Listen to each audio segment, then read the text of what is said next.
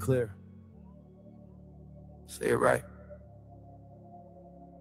Say our name. Built this nation with our bodies and brains. You benefit, don't give us credit, say our name. We FBAs, foundational Black Americans. You want us to fight every time you in pain, but when it's time to vote for, silence remains. Yeah. They wanna be us, from the step out to their hair, from the lips to their hips, body shaped in our glare.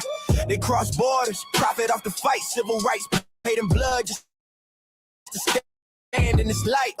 Asia to Africa, you walk through the door, but this land got a history you can't ignore. FBI fought and still fighting today, made room in the system that kept us away. You praise the same power that never chose you, turn your back on the ones that broke chains just to move you. Say we don't know where we come from, that's wild. North to the south, this land raised my child. Built this nation with our bodies and brains. You benefit, don't give us credit, say our name. Say our name, say our name, say our name. We FBAs, foundation law, Black American. You want us to fight every time you in pain, but when it's time to vote for, silence remains. We were renowned, check the glow for proof. Streetwear in Japan still mirror our roots. K-pop chase decades, study how we move. Rapper world language, everybody fluent. From Atlanta blocks to Mumbai lanes, Heinemann kind spitting bars, connected to the flame. That ain't hate, that's impact, that's reach. Culture travel worldwide when the source run deep. They copy the look, they borrow the sound, but skip the respect when we still hold the crown. Love the rhythm, ignore the pain, celebrate the wave, don't say the name. This was home, before permission, before approval. Say our name. Built this nation with our bodies and brains.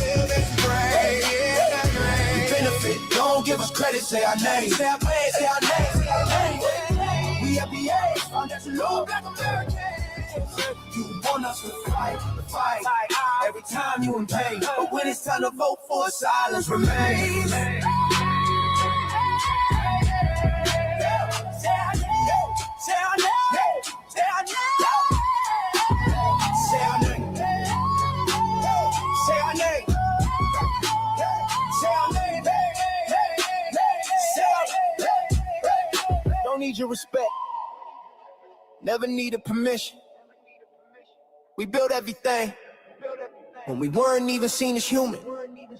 Biting the hand that fed you, surviving on scraps. FBA stopped begging. We learned to build from scratch. Say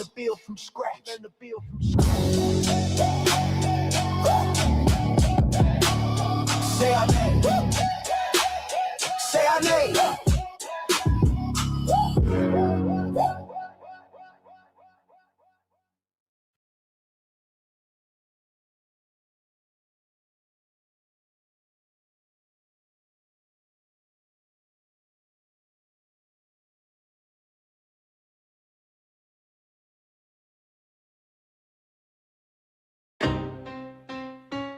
Y'all don't hear us.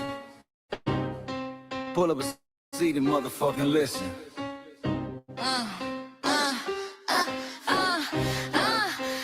Pull up a seat and motherfucking listen. Pack your bag, time to go home. Talking crazy on our soil where our blood and bones grown. This our grind, we outside on it. While y'all fools on the outside looking, y'all show no respect to Black America, so leave. Hey. Y'all don't get it, so it's time to go home. Get the hell up out of America, take your disrespect and just fly on. Y'all don't get it, so it's time to go home. Get the hell up out of America, take your disrespect and just fly on. You landed on the tarmac, fresh off the boat. Talking about y'all building nothing, man, you choking on the note. My ancestors the reason that this country even breathes. Picked the cotton, built the White House, planted the seed. Jim Crow laws, redlined the map, we was the target. You think that struggle's a costume, man, you can't mark it. We fought the wars, we bled the blood, we died for our future's chance. And you come here and give our legacy a side eye while throwing shade on the guard. Why you benefit from doors we kicked down with our last breath? Now you spit on the architects who stared down death. This That's disrespectful, ungrateful, a slap in the face to only people who gave a fuck. So let me show your ungrateful ass to the right place. Pack your bags, time to go home. Talking crazy on our soil where our blood and bones grown. This our ground and we outside on it. Why y'all fools on the outside looking? Y'all show no respect to Black America, so leave. Y'all don't get it, so it's time to go home. Get the hell up out America, take your duties back, just fly home. Y'all don't get it, so it's time to go home. Get the hell up out America, take your duties back, just fly home. Passport, the visa, the privilege to be here. Cause my grandma did march for y'all, so disappear from our land. You cosplaying our pain. Think it's a trend you can borrow, but you ain't inherit the ghosts of our sorrow. We the foundation, the bedrock, the soil, and the root. You not no branch on our tree, and unproductive people always cosplaying me. Talking about we ain't do nothing, you lost your mind. We built this from nothing, time after time. From the beginning to now, we been the backbone and muscle. Why you look down on the struggle and cause a whole tussle? That energy style with the disgusting is whack. So let's make it clear, there's no turning back. This land is paid for in full. In blood, sweat, and tears, and dreams deferred. You don't get to come into a house we built from the dirt and telling Black America y'all ain't worth nothing. That's a violation, fact. Pack your bags, time to go home. It's our soil on our soil where our blood and bones grown. Show respect, this our ground, y'all just tenants on a leash. Or get the step. Show no respect to Black America, so leave. Don't get it, so it's time to go home. Get the hell up out America, taking your business, I can just lay on. Don't get it, so it's time to go home. Get the hell up out America, taking your business, I can just lay on. Yeah, fly little birdies. Fly on back to where you came from. This ain't for you. This cell is sacred. We said what we said. It's time for y'all to go home. So fly a little birdies fly. So fly a little birdies fly. So fly a little birdies fly. Far, far away from here. So fly a little birdies fly. So fly a little birdies fly. So fly a little birdies fly. Far, far away from here. So fly a little birdies fly. So fly a little birdies fly. So fly a little birdies fly. Far, far away from here. So fly a little birdies fly. So fly a little birdies fly. So fly a little birdies fly. Far, far away from here. Bye bye, little birds.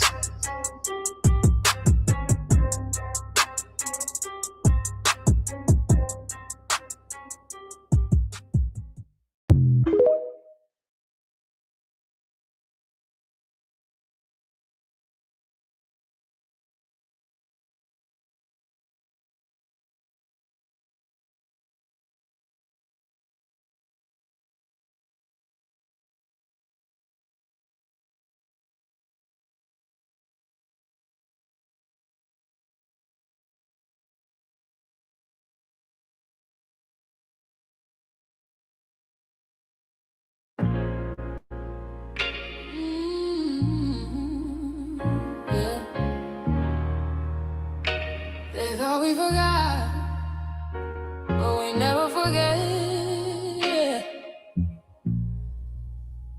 This one's for the rules.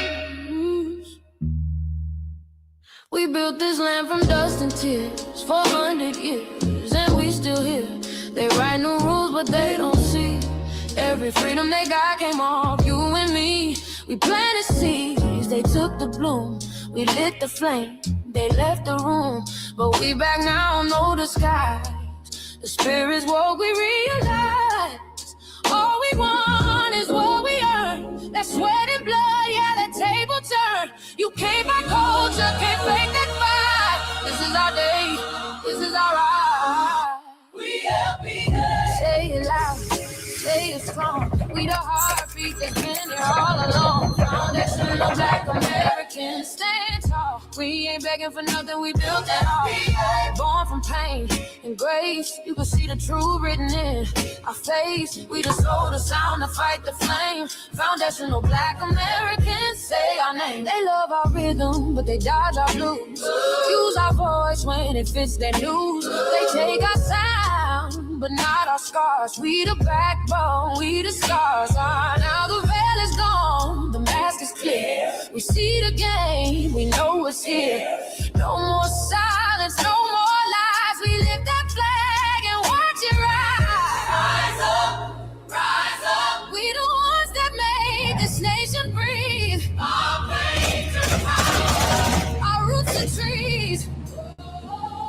We know worlds. It's rhythm and grace now, and now we're reclaiming our rightful place. Can't copy courage, can't steal pain. You can't inherit soul by changing names. Our story ain't done, it's the revival. We guard the gate, it's about survival.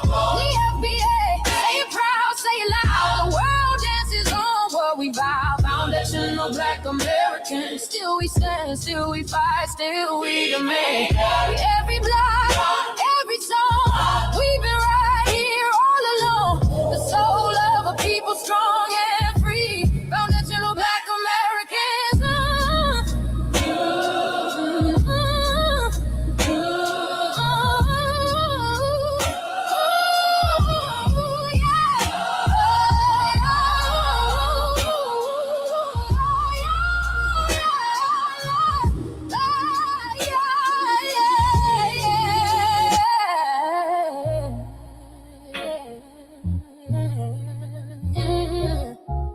We the first, we the root, we the fire. Still rising, still here. Foundational Black American. We set the tone and they copy the cadence. Dance to our drums and deny the foundation. Wear the style but don't honor the source. Smile in the crowd and you distance and force. Say you not us but you rap like we breathe. Take the rhythm, then fuse the receipts. I ain't mad, I'm just holding the glass. Showing the mirror, now answer it back. I ain't here to cancel nobody. Just keep it honest, keep it solid. If you eat from the table we built, don't act surprised when we guard it. Do you like that? Do you like that? When I flip your sound and I ride like that. Do you like that? Do you like that? Do you like that? Cause that's how it feel when you borrow my culture. Then act like we never mattered. Hip-hop.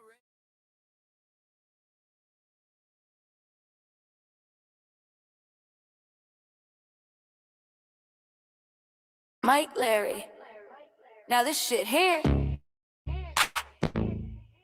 It's what I see it is. We're not fighting your battles. We're not carrying your fear. We're not lending our history to people who erased us while we were here.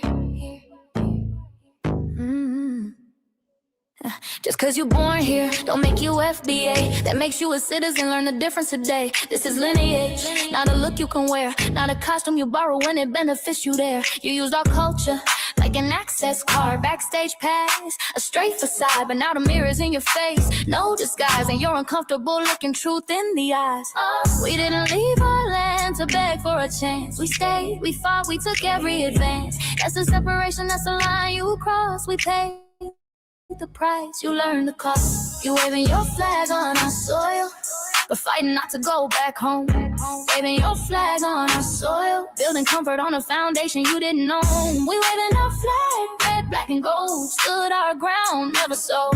You waving your flag on our soil, scared to build what you claim you love. Our humor, our style, the way we move, the smoothness, the sound, the things we prove. Music we birth, language we shape, innovation forged under constant escape. Warrior spirit means stay and defend, not flee your land and rewrite the end. You call it success, but don't confuse the two. East came after what we went through. You abandoned your land and called it strategy. You waved that flag loud, but won't return to build your legacy. That contradiction tells the story for you.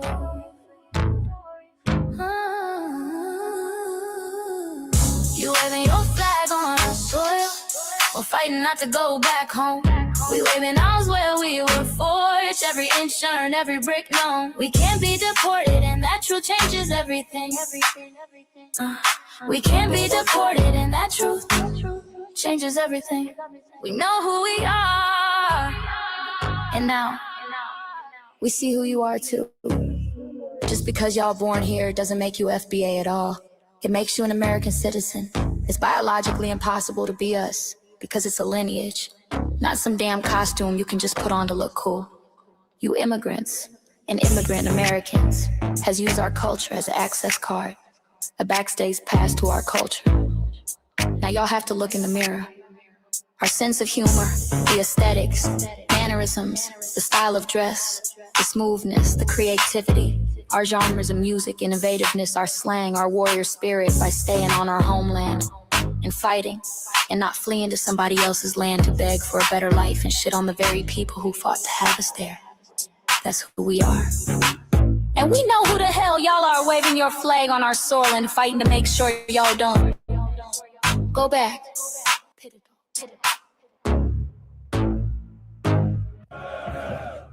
You can't leech off our culture anymore. Beat it!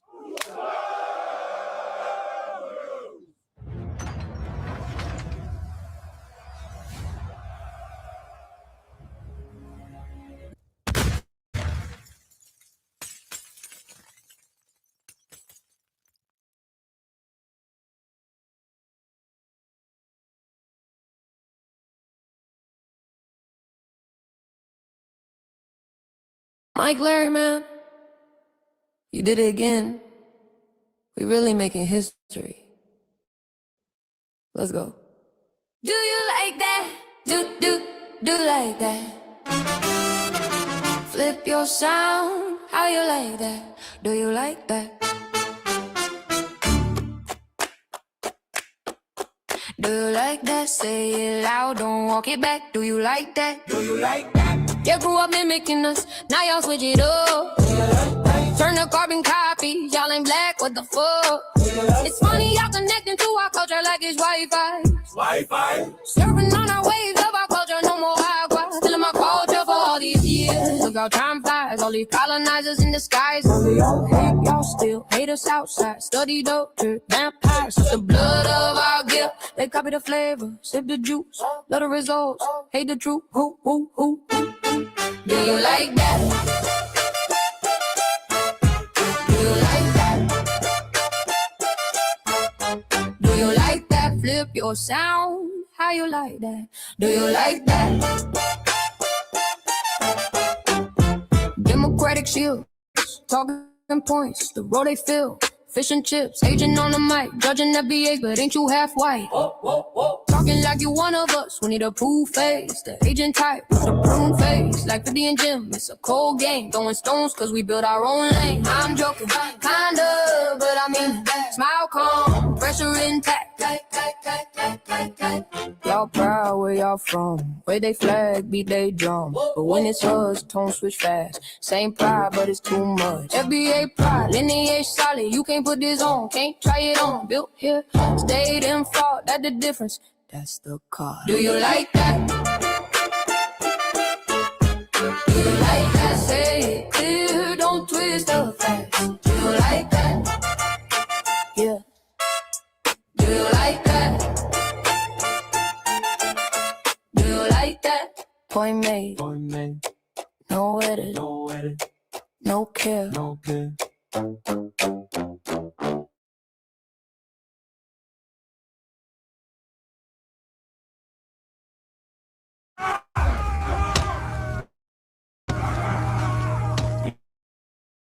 You know, erasing history is something that you have to do when it comes to conquest, domination, and destroying a people. If people knew who they were, what they were, and what they were capable of in the past, they will understand what they have a possibility or a likelihood of doing in the future.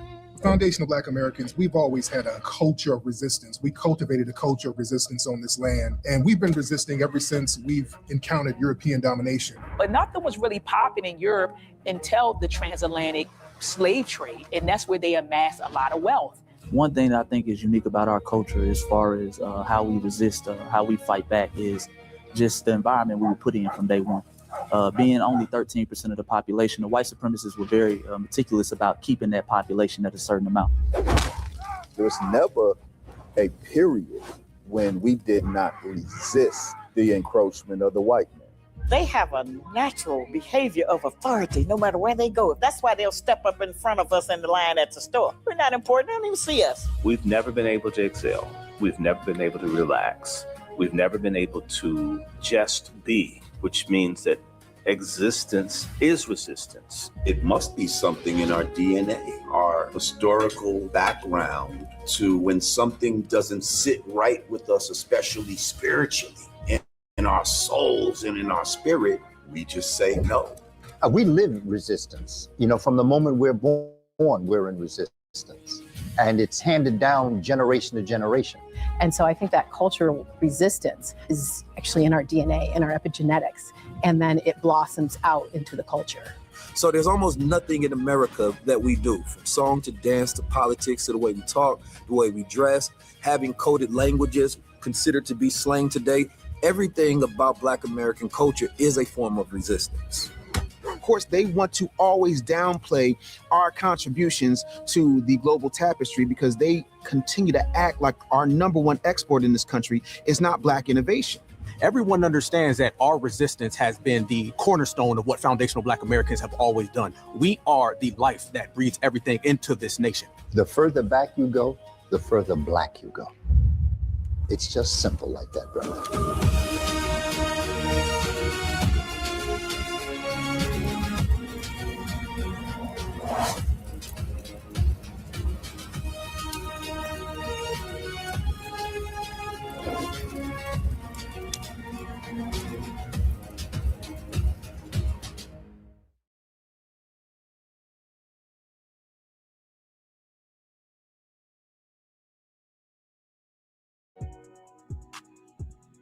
Introducing the B1 Rolodex, the easiest way to search for and support FBA and B1 businesses. Hundreds of entries from the Black grassroots for the Black grassroots. Free to use, free to download, constantly updated. Trouble navigating the document? Try using the map version. Notice a business missing? Use this simple Google form to submit an FBA or B1 business. Also submit anti-Black businesses, which are now being collected in that last tab. Find resources, contact numbers, and much more using the second tab. All the info you need to start practicing group economics today. Go to blacktruthunited.com. That's blacktruthunited.com. All right, go ahead, Shabaka, with the intro. Greetings, Black family, greetings, and thank y'all for tuning in to another episode of Shabaka's in conjunction. I am your co-executive producer and co-host, Chan Krumah, and we're joined with our other co-executive producer and co-host, Shabaka Sankori. Greetings, Shabaka, from the Mile High Income, and we're joined with our Asian ally, Michael. Okay, greetings, ladies and gentlemen. Thank you for joining us here on Shabaka's Black Experience. This episode is July 7th, 2026. You sound very low. You sound very low and far away. Okay, all righty. I'm going to have to change headsets. Okay, so please bear with me. Okay. And on this season 12, episode 3, or Trey of Shabakas Black Experience Enhanced in conjunction with the Front Line Blacc news, we'll be discussing several topics. The first one is, of course, the white nationalists. They march in D.C. on 4th of July, and the storm forces MAGA into shelter. Can you guess where they have to take shelter at? Then Nolan Wells, the search for our brother, the discovery and what we know. David Oyelowo is a typical Tether. Why are foreigners suddenly claiming FBAs have Haitian lineage? Haitians TPS deportations are heating up. Florida congressional candidate Bernard Taylor and fired back at Megyn Ku Klux Kelly's Haitian rhetoric or Haiti rhetoric. Elon Musk, the musty man's DOGE gets shut down. Where are the checks? I know, where are the damn checks? I want my $5,000 check. Where the hell is that? And why Nigeria has 46 million people without a toilet. And Shabaka's Black Experience enhances base. Oh, let me bring Shabaka back in. Sorry, Shabaka. It's not adding you to the stage. Come on. Okay, all right, yeah, there I am. Okay, so what it is, people, the reason why I'm having problems out here, it's 105 degrees. So what's happening is that these cell phone towers and power lines are hot, you see. So, expect, blackouts, delays, all that type of crap. You know what I mean? Okay, Brother Che, give me a mic check, please, and then I'm going to go on mute. As you go on the mic check 1 2 1 2. Yeah, okay, yeah, you sound good. Okay, how do I sound? Because my lights are showing that I'm got the telemetry going good. Yeah, you sound good now. Yeah, you sound great, Shabaka. Hey, greetings, Jesse, and greetings. Hey, greetings, Michael. Yeah, sorry I missed the virtual this morning, man. You know what I'm saying? I really wanted to get up on there. Oh yeah, you know what? I recorded a meeting. As a matter of fact, I can play it if you want. It was like 29 minutes, and I was surprised the staffer ended the meeting abruptly. I wonder why. What truth did you hit him with, Michael? Oh my God, I think I hit the staffer about what I'm trying to remember. Oh, I said to the staffer, she's Indian. I said to her, Native American, or as in from India? India. I'm not so sure that explains everything. Yeah, please continue. Sure. Right. When I talk about how like Asian Americans, they benefit from American freedmen's, pain and suffer to be here. I say without American freedmen, Asian Americans will not be in America if it weren't for American freedmen, right? And then I talk about the anti-Black racism in the Asian community, and I talk about how Congresswoman Marilyn Strickland is half Korean, half American. That if she cares about the Asian Black solidarity, which I'm just paraphrasing, then she should do right by FBAs. If she's willing. And saying that if she was when she was a co-sponsor of the anti-Asian hate crime bill, she should have no problem sponsoring anti-hate crime bill for foundational Black Americans and basically gave the demand 60 days. Right. Okay. All right. Let me finish, y'all. Yeah, go ahead, Jesse. Sorry, just had to give Shabaka a brief summary of the meeting. Okay, cool. Okay, go ahead, Jesse. I'm gonna sit at the lunch counter and beg for a cup of coffee. But guess what? I own the lunch counter. Shabaka's Black Experience Enhanced is based off the 50th anniversary of the founding and original Blacc Panther Party for self-defense. We started on Blogtalk Radio back in 2016 and have been around for 11 seasons now. Shabaka's Black Experience Enhanced covers Black experience from the beginning of time until 10 minutes ago. It's also part of the Front Line campaign that has recently, within the last 2 to 3 years, moved from Blogtalk Radio to Streamyard. Please make sure y'all like and share the broadcast. Family, hit that like, share, and subscribe button. Please join us on StreamYard, YouTube, Front Line Blacc News. The links to all of our channels are in the description, including Front Line Blacc News. Front Line Blacc News 2, our backup channel. Make sure y'all sub up to that, just in case they try to take Front Line Blacc News down again. Then my personal page, Jesse Parrish, aka Chain Kruma. Make sure y'all sub up to that as well, so y'all be abreast of what's happening here in Denver, politics in regards to Denver and Aurora, City Council, and community events, Black events in Denver and Aurora, and the Sunday Morning Food Bank, which I've been doing for the past 10 years, providing free, healthy food to the people in my buildings and the buildings that my family have lived in. All of that can be found on that YouTube channel. Then we got Lady Che's backup channel, Seduction Doll. Make sure y'all sub to that, Seduction Doll $59.91, so she can start going live on YouTube on that channel. Then we got her main channel, The Revolutionary Agenda. Make sure y'all sub to that as well, the RBA. She should be dropping one sometime this week, so make sure y'all stay tuned for that. And check out her past episodes, The Revolutionary Agenda. The link is in the description.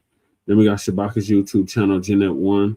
Make sure y'all sub to that so Shabaka can start going live again on YouTube. I think he needs 6 or 7 more subscribers, and he should start be able to go live on YouTube So please sub up to Jeanette 1. The link is in the chat and in the description. Then we got our cousin, our Lokester, Jay Militant, out the Bay Area. Make sure y'all sub up to his channel too. What's Cracking TV with Jay Militant. The link to his channel is also in the description. Then we got our brother Kukizi out the Mile High. Make sure y'all sub up to his channel as well. Kukizi 5100. Then we got our brother Breeze Omega from Hempstead, Long Island, is now in Leesburg, Virginia. Make sure y'all check him out. He was live earlier. He got some new music too. So make sure y'all check out our brother Breeze. The link to his channel is in the description.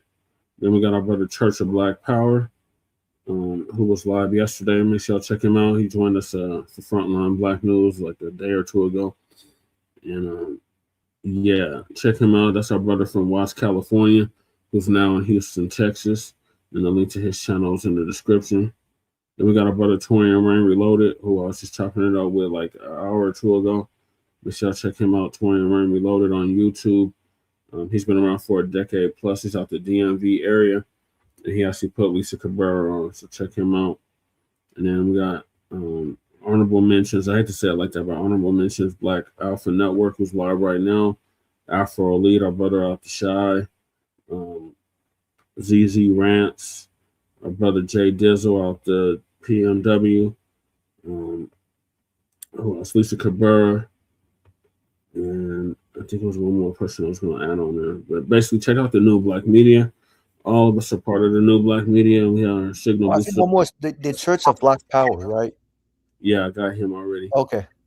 And then last but certainly not least, we got our brother Black Truth United. Came up with the B1 Rolodex, which is a modern day green book for FBA and B1 businesses alike. And the link to the Rolodex is in the description. Sorry, Shabaka, you keep going out.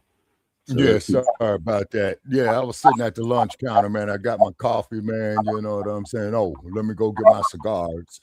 You know what I'm saying? Yeah, sorry about that, people. You know, is that this heat out here, it kind of like limits my movements and stuff like that. Right. Well, stay hydrated, Shabaka. Yeah, stay hydrated too, Shabaka. Yeah, that's why I'm drinking the coffee with no coffee creamer. Then I'm going to top it up with some water. Yeah. And then, so the link to the Rolodex is in the description. The link to submit your business to the Rolodex is in the description. The link to the the FBA threat database is also in the description. And then the link for the Freedmen Reparations Party merch is also in the description. Then we got Council the Congressional Black Caucus and create a foundational Black American Caucus, which is long overdue. And the link to that change out position is in the description.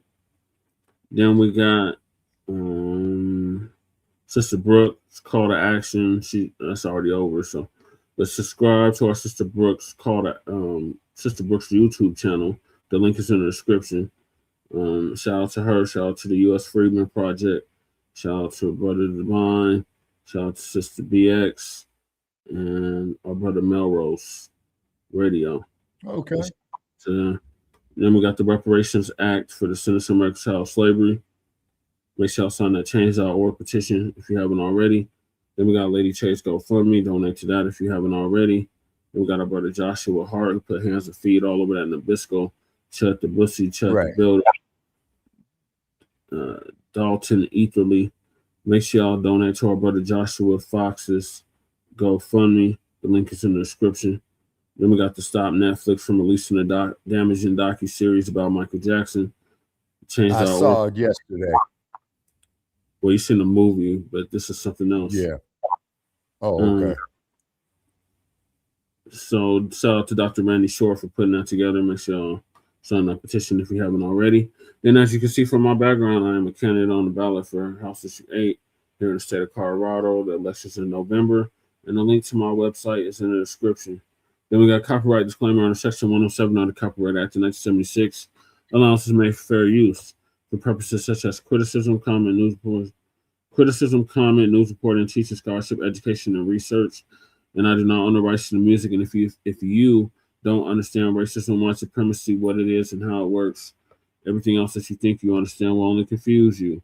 And all 9 or 10 human or people activity, and that is economics, that's education, that's entertainment, that's labor, that is law, that is politics, that is religion, that is sex, and that is war. And some say health and nutrition. And all 9 or 10 areas of human and people activity. And that was by Mr. Nelly Fuller Jr., who transitioned last year at the age of 95, produced justice.com. And when you, a Black person, are captured by any race soldier, you must never fuss, fight, or flee. Comply and defend yourself in court, also by Mr. Nelly Fuller Jr., produced justice.com. And last but certainly not least, we got racism and white supremacy, which is the only racism that exists on this planet and in this realm. It's conscious and subconscious behavior to maintain white genetic survival, to prevent white genetic annihilation. And that was by the late, great master teacher, warrior, scholar, Dr. Francis Cress Wilson, who transitioned exactly 10 years ago at the age of 80 and would have been 90. Full life. And shout out to our FBA brother out of Los Angeles, California, Tariq Nasheed, preparing for her funeral, along with several others. So those are the topics. Make sure y'all hit that like and subscribe button. We are at 771 for Front Line Blacc News. Make sure y'all get those likes and those subscribes up for the Shabaka's YouTube channel as well, and Lady Che's YouTube channels. All right, Shabaka. Absolutely. What are your thoughts on the Patriot Front storming DC 2 days ago or 3 days ago? Man, them jokes, man, them clowns, man, are just that. A bunch of closet queen coops, man. You know what I mean? And the sad part about it is that they hate everybody, and all the people that they hate, they expect us to love them. So is something wrong with these Neanderthals and their mindset, man? Troglodyte behavior, you know what I mean? It could be sun damage to them. But the cold part about it is that you idiots out there that come up there on my like page talking that dumb shit, oh, I welcome your ignorance. I really do. And the reason being is because I laugh at it the majority of the time. Now, keep in mind, we do not have nobody.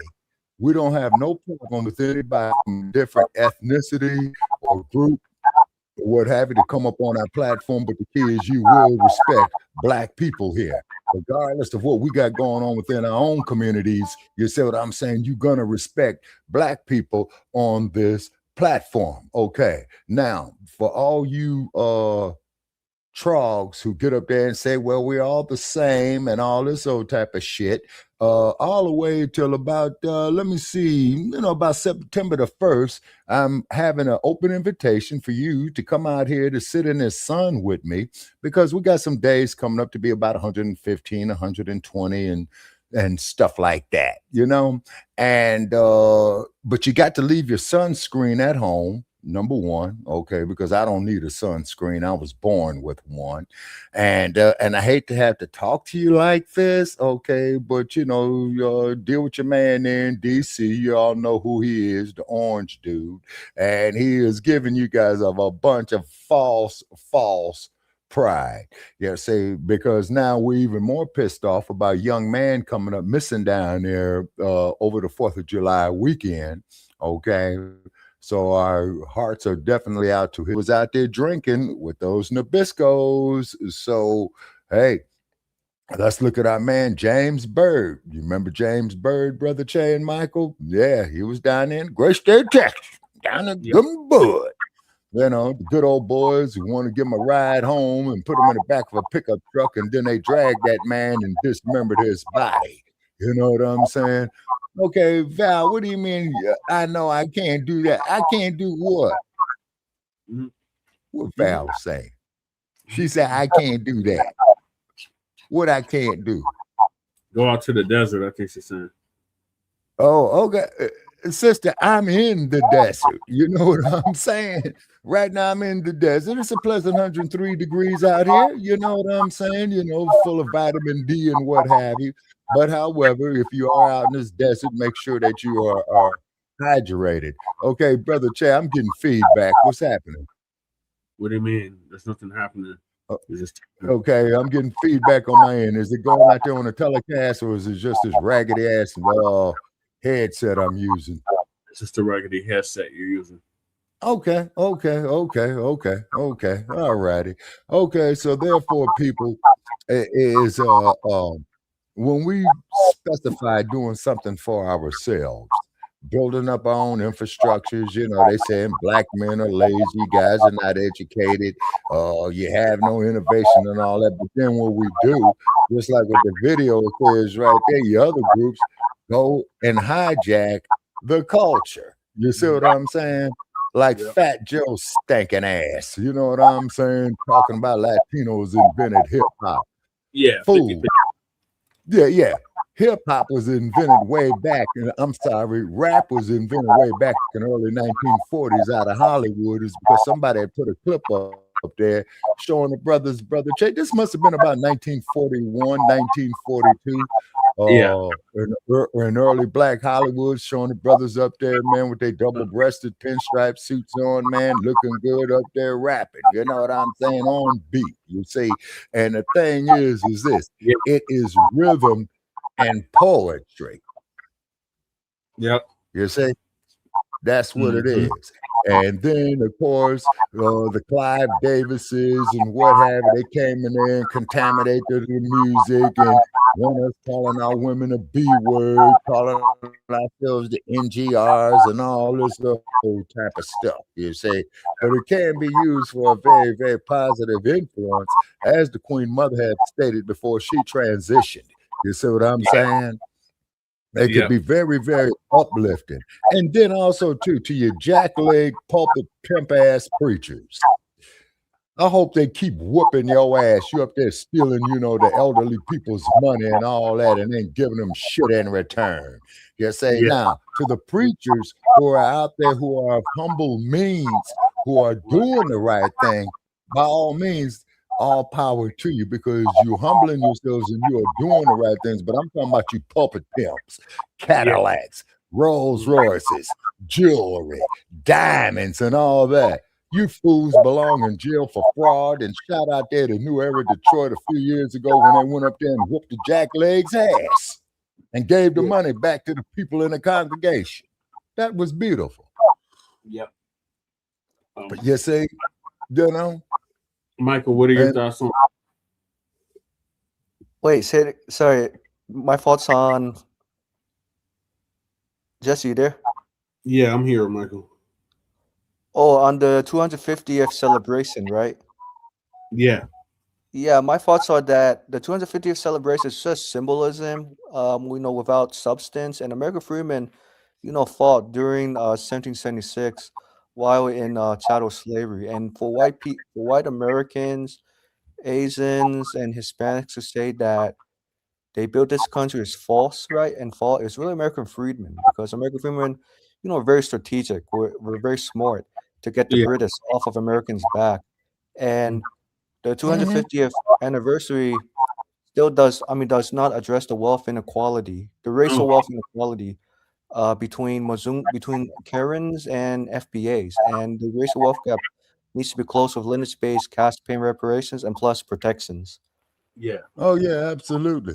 Now, you see, Michael, funny you should mention that, is because, see, that's what Huey P. Newton was stating, man, off in his 10-point program. Yep, sure was. All right, so Dr. Rashad Rashay is going to give us an update on it. And then, okay, Dr. Rashay. I have to step away for like 5-10 minutes. Okay, all right. Okay, we'll let the good doctor go on. Marched in D.C. during Trump's 250th celebration. God showed up. It rained, poured down to where they had to evacuate because of weather. Okay. And they could only evacuate in the African American Museum for History and Culture. This is not an SNL skit. Put it up, full mass. So this is one of those visions that you will see, one of these pictures that will live for a very long time in the minds of many. And I will explain that picture in just a moment. I want to go to the member march from Patriot Front. Here it is. That lady looks like mom. That lady looks just like mom. Oh, yeah.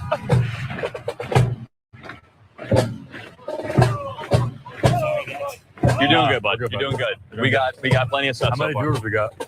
We're up to 460 now. Let's go. It's incredible. What's up, YouTube? You guys having fun?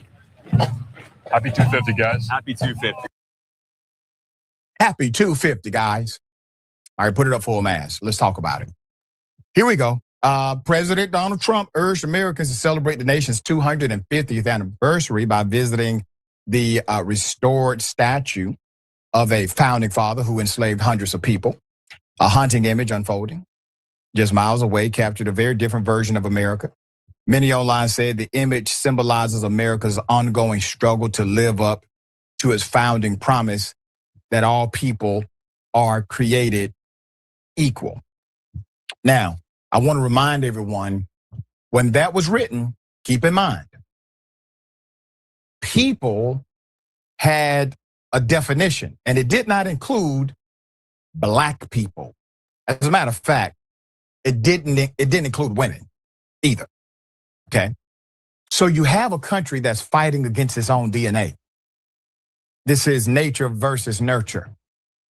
The nature of this country was founded and rooted in the principles of racism, financial corruption, and bigotry, sexism, etc. All of that included. If you don't admit that, you will never be able to transcend it. You cannot transcend what you don't admit. So you admit that. Now there's a nurture. There's another side of this. And that's you. You can nurture beyond the nature. There's more hundreds of Patriot Front members descended on Washington wearing matching blue shirts, khaki pants, and sunglasses, the basic male carrying gear. They had hats, white face coverings that concealed their identities. Some carried upside down American flags while others marched with Confederate flags through the nation's capital. That's the flag of treason. Doing great. How are you doing today? Just a reminder, the march remained largely peaceful despite the tense atmosphere. Videos show dozens of Patriot Front members packing into metro stations and boarding trains alongside unsuspecting commuters, creating scenes many viewers described as intimidating. Surrounding a Black woman is one of the most infamous scenes. As many historians have pointed out, this is not the first time a hate group has openly marched in D.C. and grab some more people, yank them up And in there you here, have it. right? Yes, sir. Meanwhile, bully later them that day, up on this thousands of joint. Trump supporters attending Trump's Freedom It's time for y'all to 250 get up in celebration here. on the Tell them it's time for them to get on up in here, fill this house up, and, So we and can hit the cash app on the way in. That's right. You know? That's right. PayPal. PayPal. We can only have 6 people up because we're not on the paid plan. Salute, Cow Dog. And a like, Cow Dog. a share. Hey, Cow Dog. Hey, what up? Bring up 2 more. Cow tonight. dog? You say cow like California dog? Yes, sir. Cow Dog 73. Yes, sir. And Oh, then right. also I like too, that. and take the YouTube link, Dynamite, and share it out. Okay. All right. I'll do that. Yeah. Yes, sir. Appreciate you, brother. Yep. It's in the private Right chat. on. And y'all know we shutting down all the Asian markets across the United Snakes of America for this dirty dog, Rick Chow, shooting down Cyrus Belton in the back. Yes. 14 years, what was it, 14 years old? So is that Yes. what we doing now? We letting them do that? And we gonna let them do that? No, well, actually we didn't, because his story got burnt to the ground, baby, burn, baby, burn. Oh, okay. All right, Bring Black back Power. memories of 1965. Outstanding. Yeah. And who else? That man, it's like just coming down the boards, you know? Shit. I mean, excuse my language. I gotta shoot you $10 for cussing. Yeah, man. Hit I the didn't say ship. PayPal. I said ship. SHIP. See, it just sounded like the other word because it got Right. lisp. Yeah. Okay, and share the link out. All right, I'm gonna do that now. Okay. So what's the All right. subject tonight? Paris and Shabaka? So we Okay. got this Patriot Front shit going on. Then we got our brother Nolan Wells, who came up missing and ended up dead in Louisiana or Mississippi. Excuse me, Mississippi. And then David Oyelowo, the British actor, He's talking real greasy about FBAs, so we're gonna go in on him. Then we got the protected status ending and the deportations happening. Florida candidate goes in on Megyn Kelly, and Elon Musk DOGE gets shut down. And, great news. Has 46 million people living without a toilet. Wow, man. Yeah. And look at all the like my brother was telling me he do the courier. I mean, not the courier, but the deliveries and stuff like that. Say they don't like got the spell like Spanish companies only hiring Spanish or white only hiring white because they take away DIY whatever the equity and inclusion so that they don't have to hire. Right.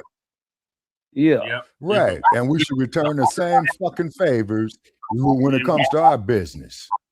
And we don't have to hire either. Yep. You know it. Let me finish the clip, Dynamite. And then, yes, sir. Yes, sir. I just jumped in the middle of it. Sorry about that. Dynamite, good to have you here. Hey, long as we before you hit that tip, make sure that they hit that. Make sure that they hit that thumbs up, if nothing else, because that helps the algorithm to push the show out to, so everybody see it. Hit that thumbs up, y'all, and share it. I'm gonna go share it now while y'all play that. Okay, Black Power. Always. Okay, going on mute, brother Che. Taking shelter at the National Museum for African American History as severe thunderstorms rolled through DC. And we have the picture there. Okay. Now, I want to say this to everybody in that picture. If you're racist, put them back up, Jordan. They need to hear this. If you're racist, you're not racist enough. Because your racism did not stop you from going into the African American History National Museum. Now, if you are a true racist, you would have stood out there in that damn rain and not accepted the shelter provided to you by the National Museum of African American History, where you had to sit and look at all of this great African American history.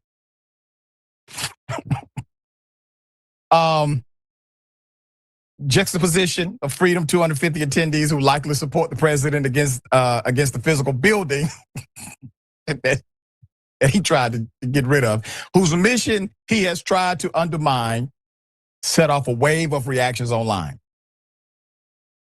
A Threads post from one user said, quote, "A huge storm hit Washington, D.C., forcing maggots," this is their wording, not mine, maggots to shelter in an African American museum. By their logic, this is a message from God. End quote. One witness, a journalist, Sammy Gold, posted on X, quote, "Currently trying to evade the DC storm by staying in the African American Museum with 5,000 Trump supporters. I happen to be a man of faith, and this is one of those opportunities where I believe God has a significant sense of humor."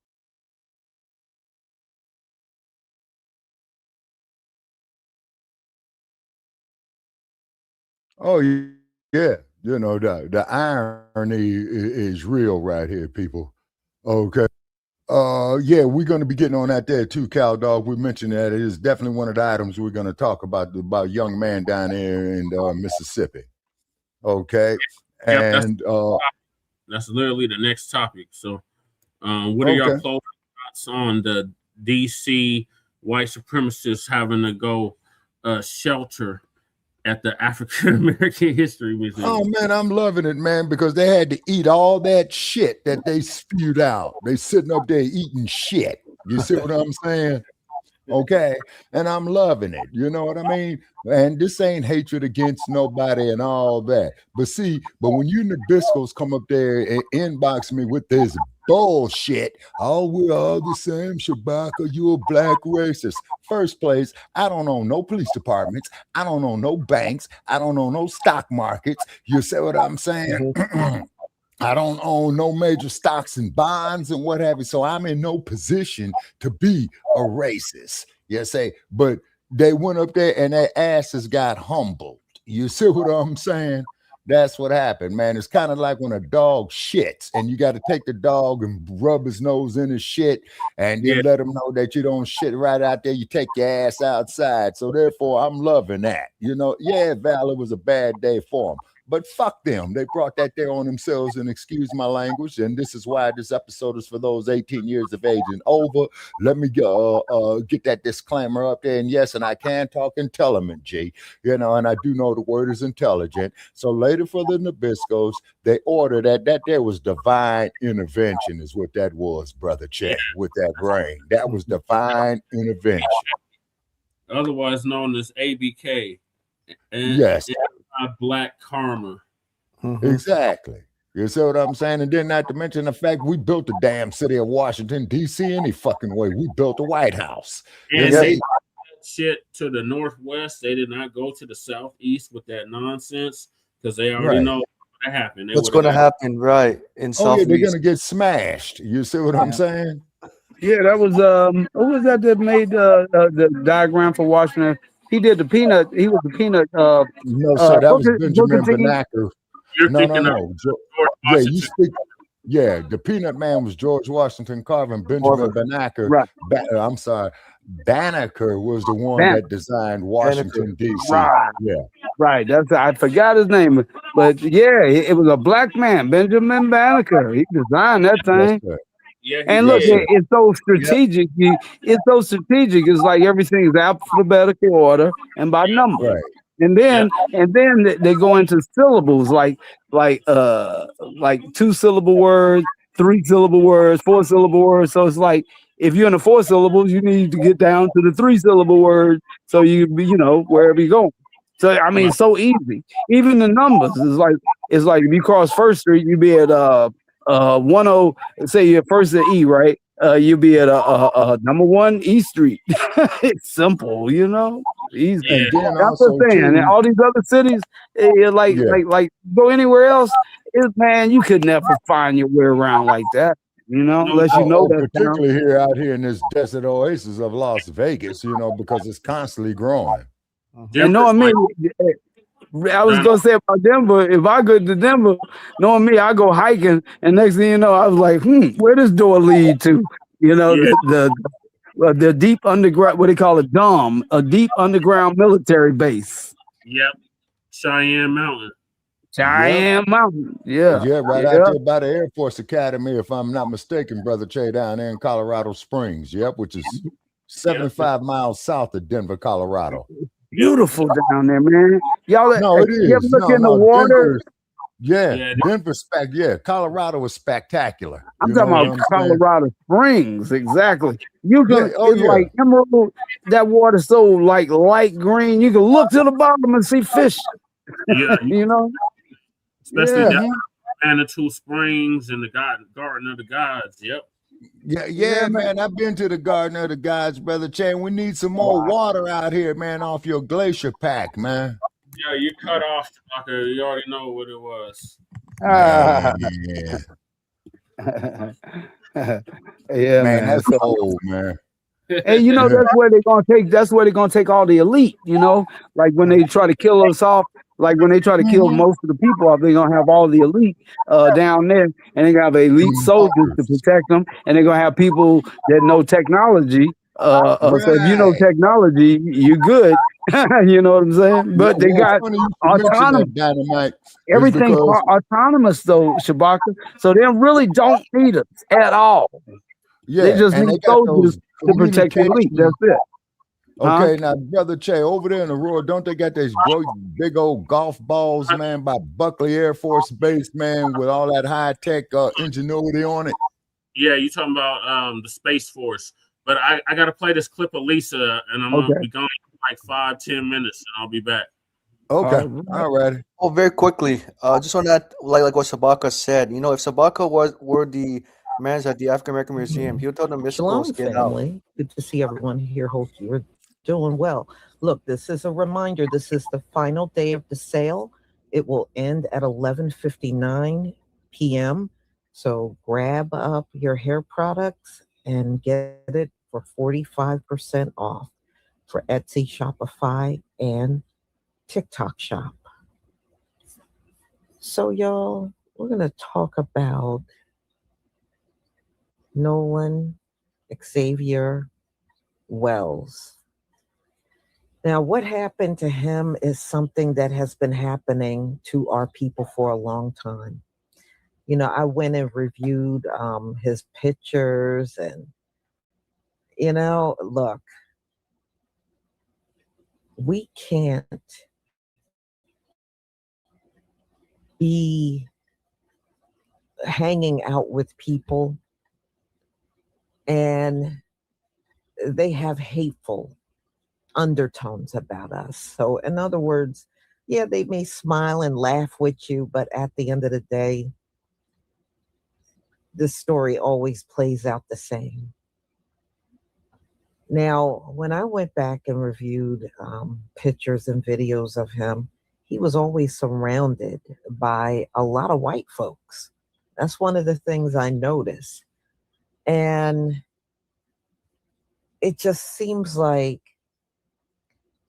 people just don't want to teach their children that, no, you definitely don't want to be no only Black person.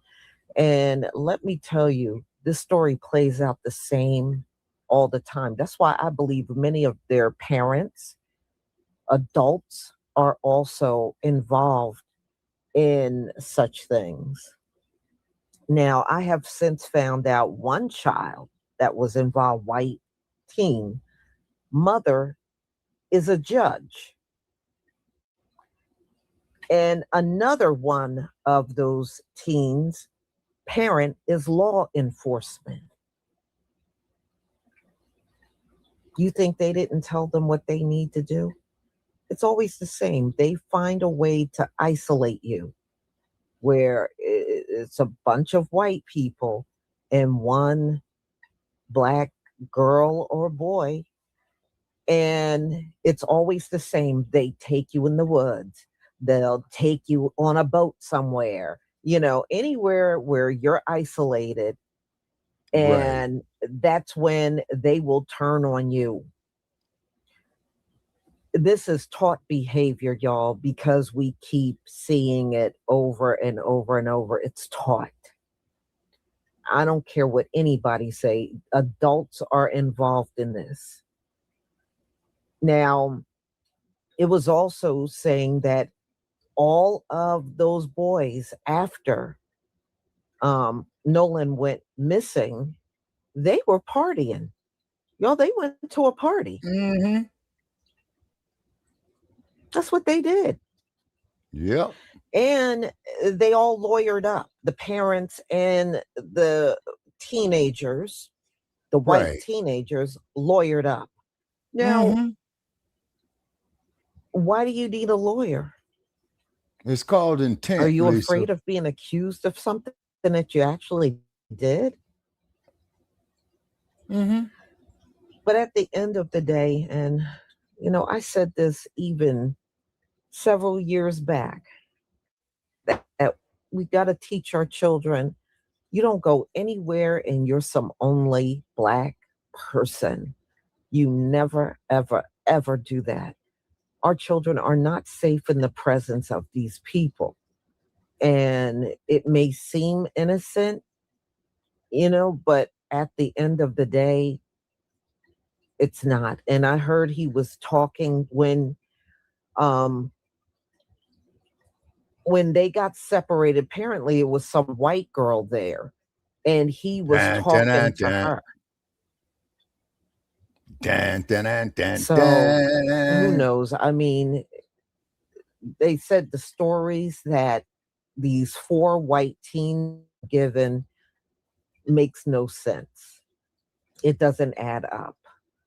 But, their minds are, you got to understand, a teenager, their minds are underdeveloped at that point. They have not fully matured. So, yeah, they'll tell a story, and in their minds, it sounds credible, but actually it's not. Now, his body was found, and it has since been identified. But at the end of the day, don't let your kids go off with a group of all white people, because we've seen this play out way too many times. They'll get to go home, and your child, they won't. Now, I know this got to be painful for his family. My heart goes out to them. My prayers of course it is, for him Lisa. and his family, Nolan Of and course. his family. I mean, it's a tragedy, but this has been going on forever. It's been going on forever. And our people got to get to a point where our kids know better. If it's a circumstance, it doesn't matter if it seems innocent. It doesn't matter. I always got to reflect back to Muhammad Ali when he talks about that pit of snakes. We don't have time to be trying to figure out who's good and who's not. I'm unconcerned about that. At the end of the day, I want y'all all to reflect back in your life. Many of us have experienced being around white people, and the energy around them seems strange, or something's off about their energy. Or when they're in your presence, you can literally feel their hostility or their dislike for our people. You know what I mean? We have experienced that before. And no matter how much it may be difficult, we got to teach our children the truth about the history of these. This is why these folks want their history erased and forgotten. But we must never forget, because forgetting, you can end up like Nolan. We can't be naive in life. These folks, they will always do the same pattern, get you alone somewhere, turn on you, and then next thing you know, you're gone. It's not worth it. It's not worth it. Y'all remember, what was her name? Tamla, the one that went to that sleepover, and somehow she went over the balcony. And she's lying there unalive in somebody's backyard. And they have ruled that as an accident. That was not no accident, y'all. It was not an accident. And those were all full-grown adults. That's why I'm saying it is just not safe. These folks, they are not safe. They're not safe. And our children must know this history of so many of our people have been unalive being around them. I remember when I first came on, maybe like a year or so, some teen went out on a boat with them. Everybody came back except for this one teen. And, of course, it was a Black teen, male. And the kids all told a different story about what happened to them. And you know what the police did? Nothing. They all went home and nobody was charged. Just like Tamla, her situation, she was around all them white people. Yeah, the one that got killed in Mexico. She's the only one that ends up unalive, and not one living soul got arrested. That's another reason y'all don't do this, please. It may save your life if you don't get caught up around these people. And in all instances, our people are literally tricked when they go on these away trips in some woods or some location out in a river or some lake or something. They're always tricked. And that tells you these people don't like us.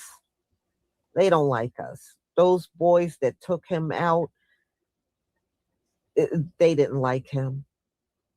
They didn't. They didn't like him. And our people got to learn how to pick up on that. They don't,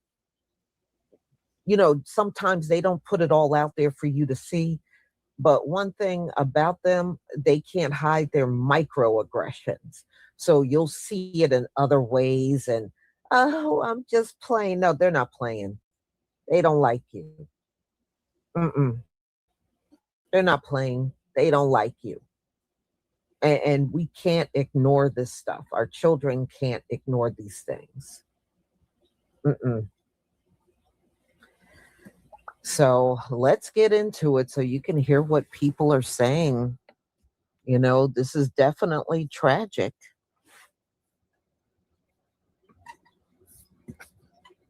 Let's see, I do have. All right, I have an update because they found his body.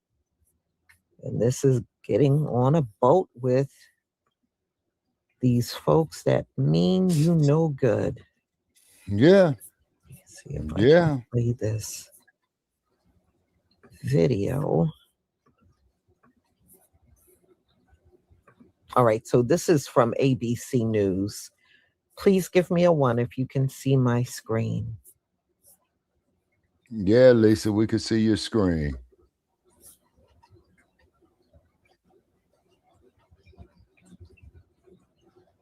Thank you.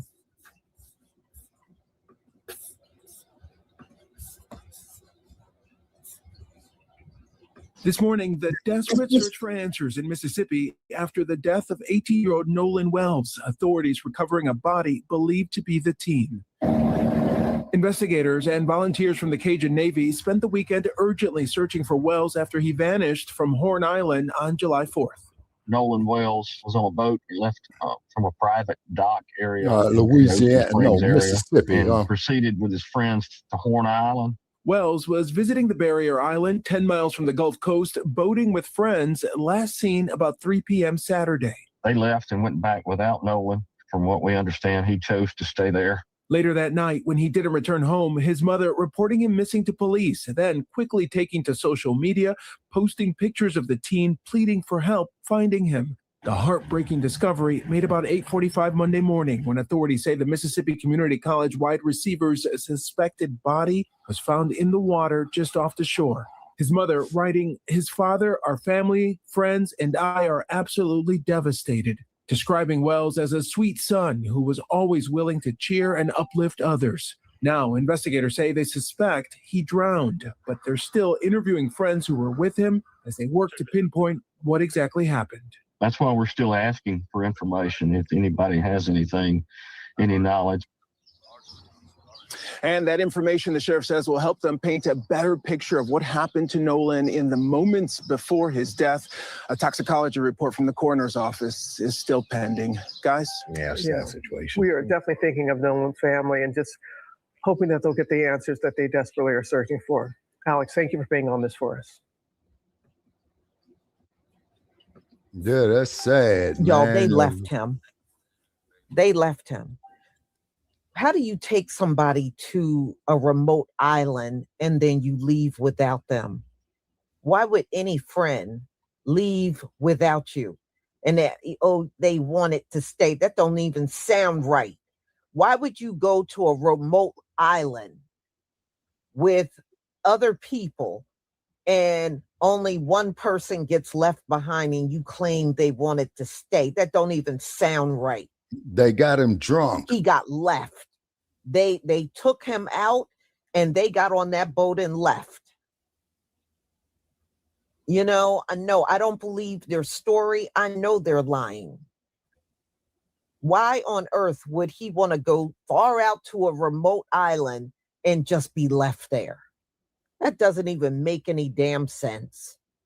Of course it don't. And then on top of that, they went to a party. Afterwards. Now, what kind of friend would leave you on some remote island and then they go out partying? They said them teens went to a party. And they never opened their mouth about Nolan. They didn't say nothing. They were just partying.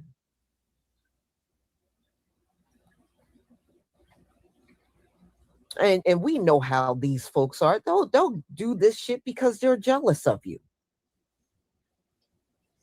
They'll do it because they're just jealous. They're, you know, maybe they were jealous because he was very athletic or got better grades than him, than any of them. Because they're not all that smart. I know they always try to, well, we're so smarter than Black people. No, you're not. No, you're not. Nor have you ever been. Yeah. But these things happen all the time, y'all. It happened. I remember there were some stories when I was growing up as a child, similar. Oh, they went out with these white people and then you never see them again. Exactly, Cal Dog. Y'all exactly. We got to teach reality to our children. We can't live in some fake reality where, oh, we all just get along and we all like each other. No, that's not reality. It's not reality. And it's very unrealistic for you to think, you know, as a parent, your child is going to be safe. Your Black teen is going to be safe with a bunch of white people, and there's nobody else that look like them there. That is not safe. That's not safe.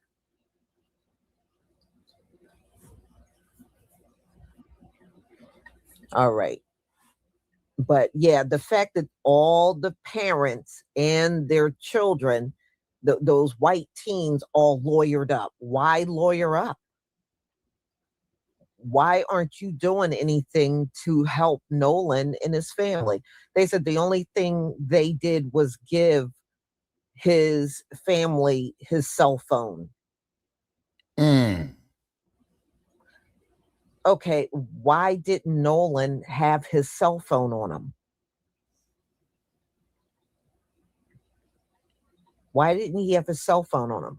Did you take the cell phone because you didn't want the possibility of him maybe alive and he would not be able to call anybody? Is that why you took it? Why would 4 white teens have this Black teenager's phone?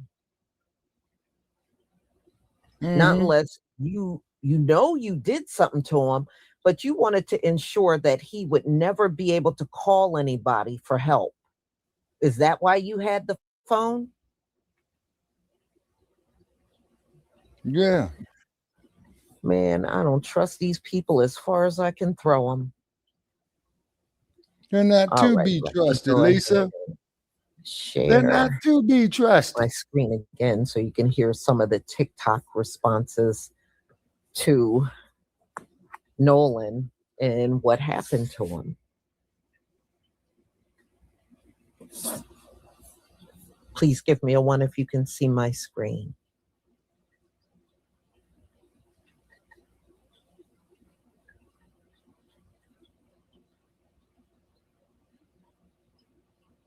Remember, these are the offspring of the people that used to smile under a tree while a Black man was hanging in it. This is this is their offspring. I'm just taking care of the cats. You ain't changed that damn much. Thank you for the ones. Yeah, This you know, is it's the cool. exact reason I tell my kids, friend or no friend, you can't trust anybody. How is it possible for a group of friends to go to Mississippi's Horn Island, but when they come back home, they come back without somebody that they went with? and they're going to say race ain't play a part. You see everybody in this picture right here. Tell me what looks different. Tell me. You had an 18-year-old accomplished football star, Nolan Wells, goes to Mississippi Horns Island with his friends on the 4th of July, and then he turns up missing. Mind you, all of his friends make it home safe. And the person that went with them, Nolan Xavier Wells, he's missing. And nobody has nothing to say about that. You have his so-called friends saying that they don't remember anything. They don't remember seeing what happened to him. Mind you, they have pictures on the boat. Mind you, they have pictures together, but nobody knows what happened to him. Now you got the Coast Guard, sheriff deputies, Marine units, and multiple agencies searching for him right now. They're searching the waters, searching surrounding areas, trying to figure out what happened. They're also saying that the last time he was seen with a team. They're also saying that they found his phone, but they didn't find him. What team do you know right now would leave his phone behind? Tell me that. But you see how all of this sounds?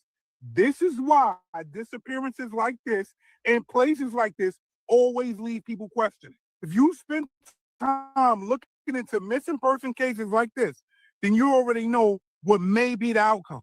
Do you understand how this young man's parents have to feel? They just want their kid back. We definitely need to spread the word about this. We need some answers. This shit is crazy. You would think that after Nolan Wells was pronounced unalive and his body was found, his friends would be putting out posts saying, rest in peace, oh my God, something. But no, everybody is dead silent. Every last person that was there has deleted their Instagram, their Facebook, their social media. Everybody's gone quiet, including the parents. Okay, y'all, including the parents, including a judge. Okay. Attached Now to that one of sounds those like kids. probable cause to me. Yeah, see, Dynamite dropped This off. is Okay, thanks exactly for joining us, why Dynamite. I'm telling you, in these instances where you see children and teenagers participating in living us, these parents, I'm telling you, racism starts in the home. They are learning this from their parents, y'all. We have seen it too many times. Not only too many times, it plays out the same way. They isolate you, they unalive you. They go back home and nobody knows what happens. We see it again. Another pattern, another teen will hook up with them or go to some party with them, and all of a sudden they disappear. These white teens and children go home. Nobody knows what happened. It plays out the same way every damn single time. It never changes.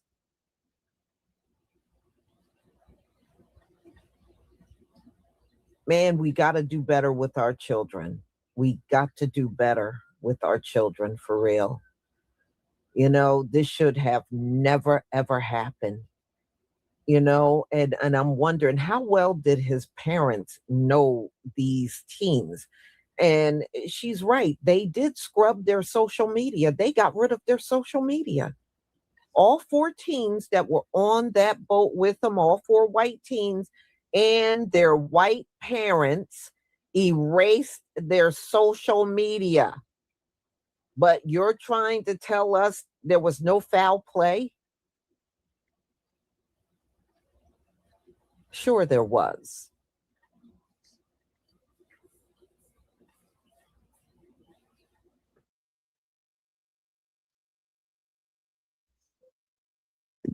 Everybody's going media silent. It only raises questions about this video that was being circulated on the internet with Nolan on the beach with those friends, and there's an argument that breaks out. Okay, Nolan is standing to the side and there's a group of other kids looking at him. What was that argument about? Katie also spoke with someone saying that she did not get on the boat with Nolan. She got on a boat with someone else because her friends and family told her to get her ass on. Nolan was supposed to get on a boat with his friends. It never happened. She doesn't know what happened. I'm going to say this as honest as possible. But if you're the only Black person in the friend group, there is a problem, because 9 times out of 10, you're going to be the victim. That's just it. Now, next up is the autopsy. And I hope they don't use anybody near that fucking place. Use somebody else and make sure they Black. I beg your finest fucking pardon, but I know if my friend went missing, I wouldn't be out partying a few hours later. Hell, if it was just somebody that I remotely cared about and didn't wish harm upon, I'd be trying to find them. And I sure as hell know that I wouldn't leave an actual island without them. And I know that I wouldn't be like deleting all my social media and having like my parents even delete their social media. I know I would be openly working with anybody and everybody and speaking out very publicly to find information, to find out why they are unalive. But no, that's not what happened to Nolan Xavier Wells, because those individuals were not his friends. They were not even his acquaintances. They clearly did not care about him at all or his well-being. Because if they did, this is not the storyline that we would be hearing. This is not the timeline of actions that we would be seeing. The fact that one of those kids lawyered up as soon as news broke about Nolan Xavier Wells' disappearance, we all knew how this was going to end up after that moment. This happens so much in our society that I fear that people just expect it now because it's all too fucking common. But we all know, had that picture had been 3 Black teenage boys with 1 white teenage boy, this would be all over mainstream media and the president would be fucking talking.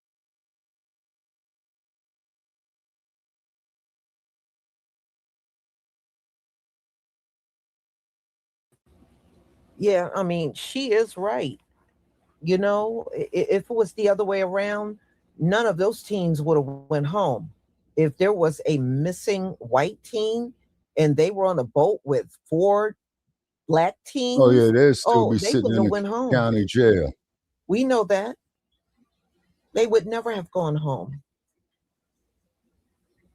But these guys, they got to go home to their family. And I really believe this is some sick ritual, because it seems like every year something like this always happens. And again, I really truly believe these adults are telling these teens to do these things. I really do. The same way they teach them racism, they're also teaching them to unalive us, get us alone, some remotely, you know, in the middle of an ocean or something. And this mess is being taught. They ain't pulling this out of their ass. It's being taught.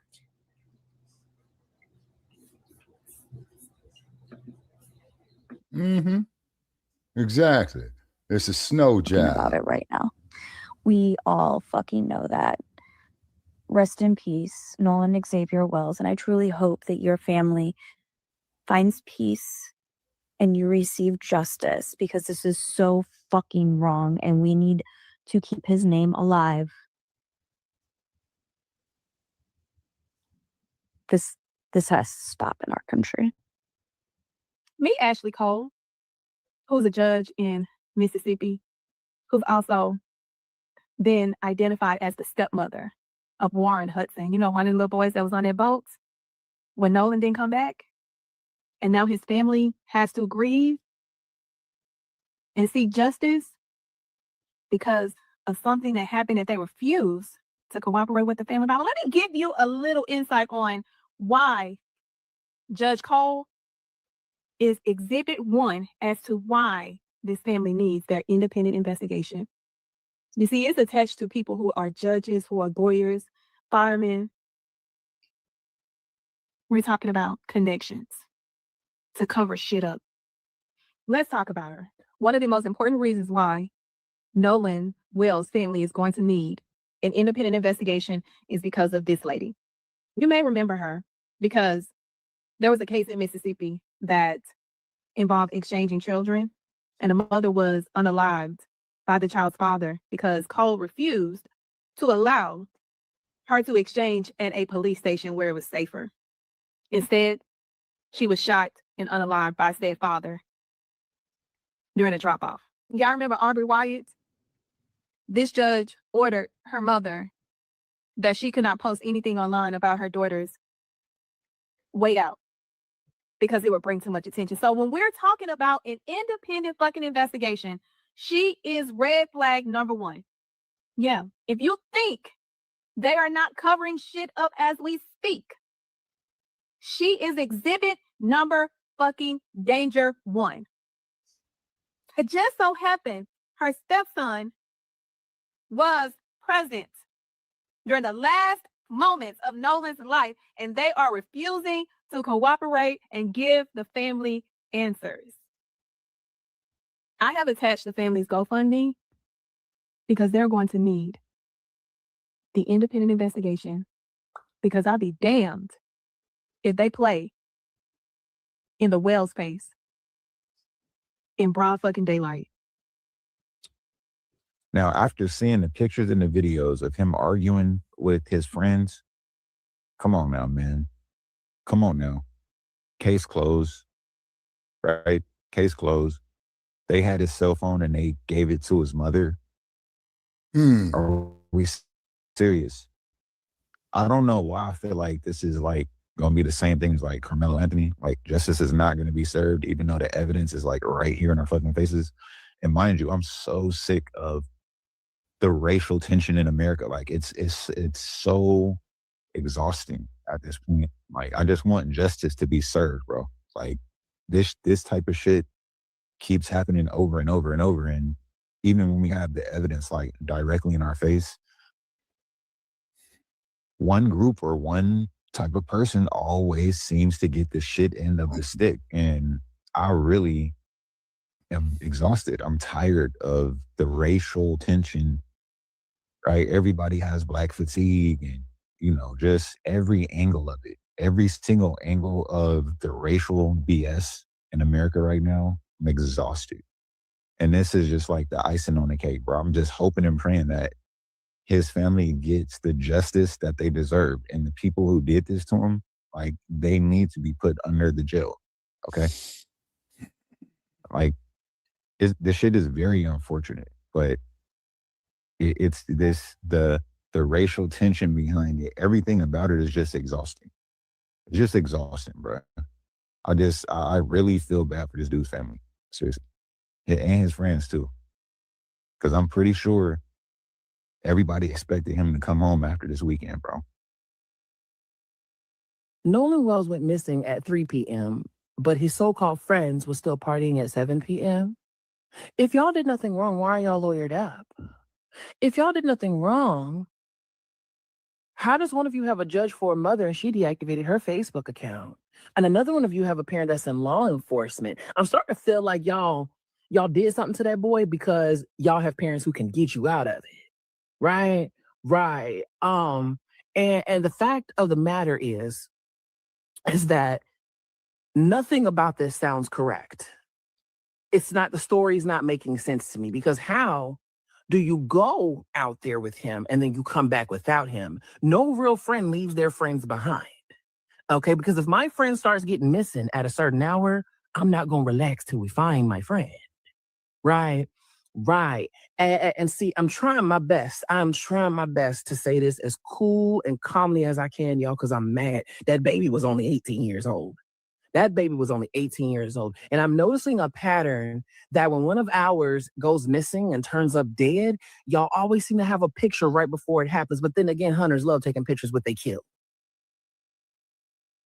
May anybody involved in Nolan Wells' demise, may you go straight to hell and never know a day's worth of peace. Secret Service Sam here, and this Nolan Xavier Wells case is just not sitting well with anybody, especially people in the Black community are not trusting what happened. They're not believing that this was some type of accident. He was allegedly going to see a girl, and so I guess a guy named Warren, one of the friends, left him behind. So he went on lured him in another with a boat. girl. There is video circulating online that almost shows that there was some type of potential altercation or fight that took place. Then Yeah, the girl left him. He went out there to meet up with the girl, and then the girl left. Set up. Yeah. Her name was Katie. So I have Katie, right? Right. And I was wondering if they interviewed It turns Katie. out one of Yeah, so Katie, they was getting into it about Katie, or they used Katie to set him up. I'm going. They use Katie to set him up. They said a fight ensued. So what was they fighting about? Man, if they're gonna fight, man, go to Las Vegas, man. Fight for some damn money, man. 9 times out of 10, it's over abroad. So, That's why I say come to Las Vegas, get your boxing license, man. Even if you get your ass whooped, you still get paid. Yeah. Wait, Jess, you said 9, 10 times they fight over what? abroad. Abroad. Right. They say, and if you were a female and you figure you have to fight for over her, get rid of her. Now, I don't mind fighting with her or having her fight with me. There's a big difference fighting with the woman as opposed to fighting for the woman. You see what I'm saying? Yeah. I mean, look at all the motherfuckers you got stretched out in damn cemeteries right now, fighting over a piece of real estate with grass on top. Man, get the fuck out of here. Yep. Hey, Shabaka. Yeah. You remember that movie Shaft that came out 2000? You remember with Samuel L. Jackson? Yeah, you remember you remember Mike? I can't remember the actor who got unalived by Christian Bale. You remember at the No, his name was Mekhi Phifer. Mekhi Phifer, yes, Mekhi Phifer. At the beginning of it, yeah, Mekhi Phifer. And also, too, he also was the one that played in Soul Food as well, too. So I think that they boosted his career a little bit.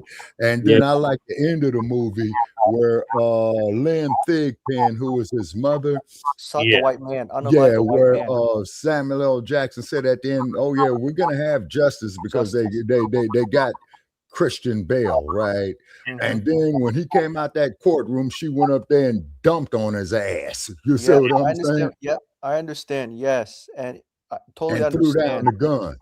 And if I was on that jury, I'd vote the woman not guilty.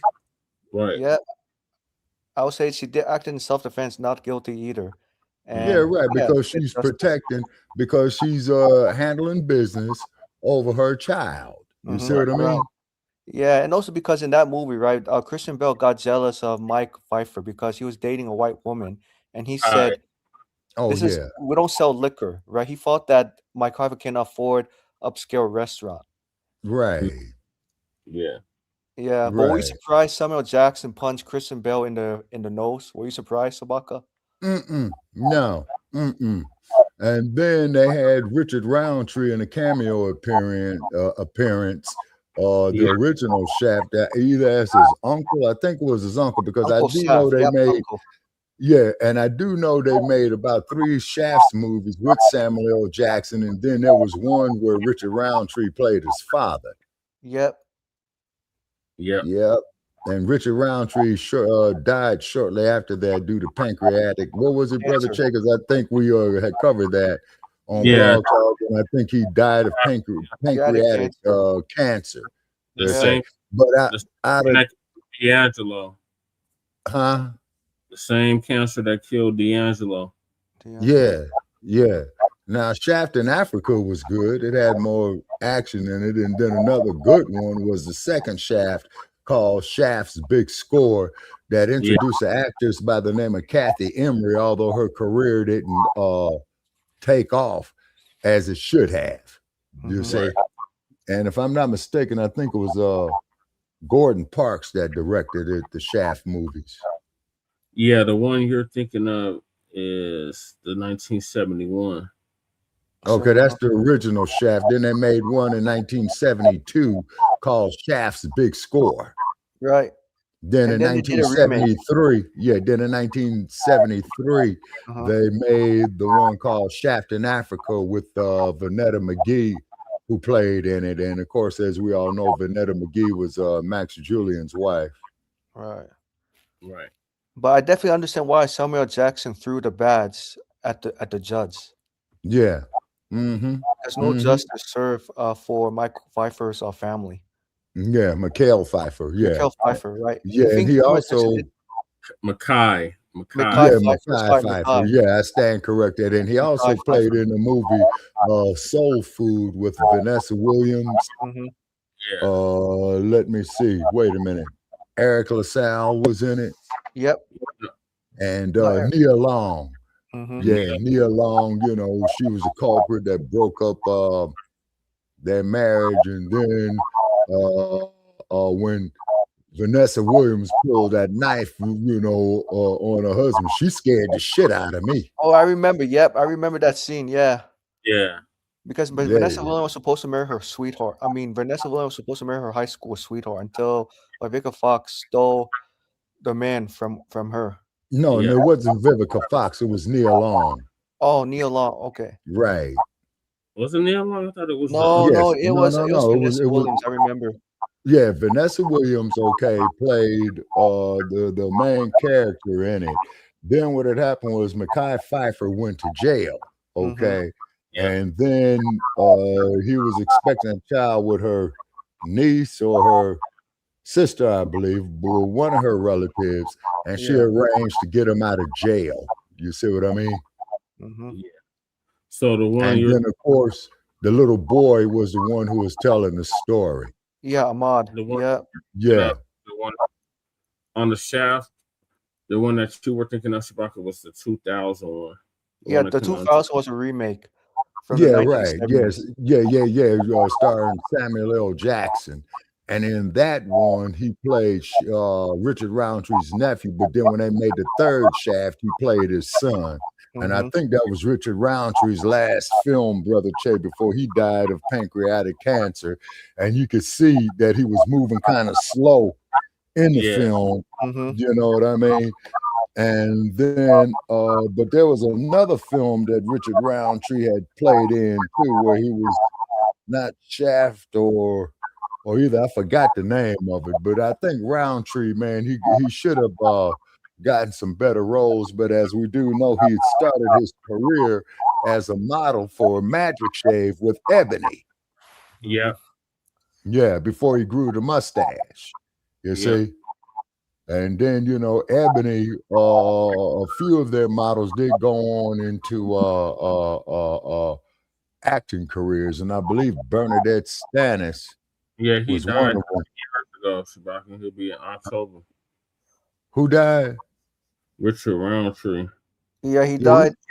Yeah, he died in I think it was like 2020 or 2021. Yeah, it's been a few years. No, it was 2023.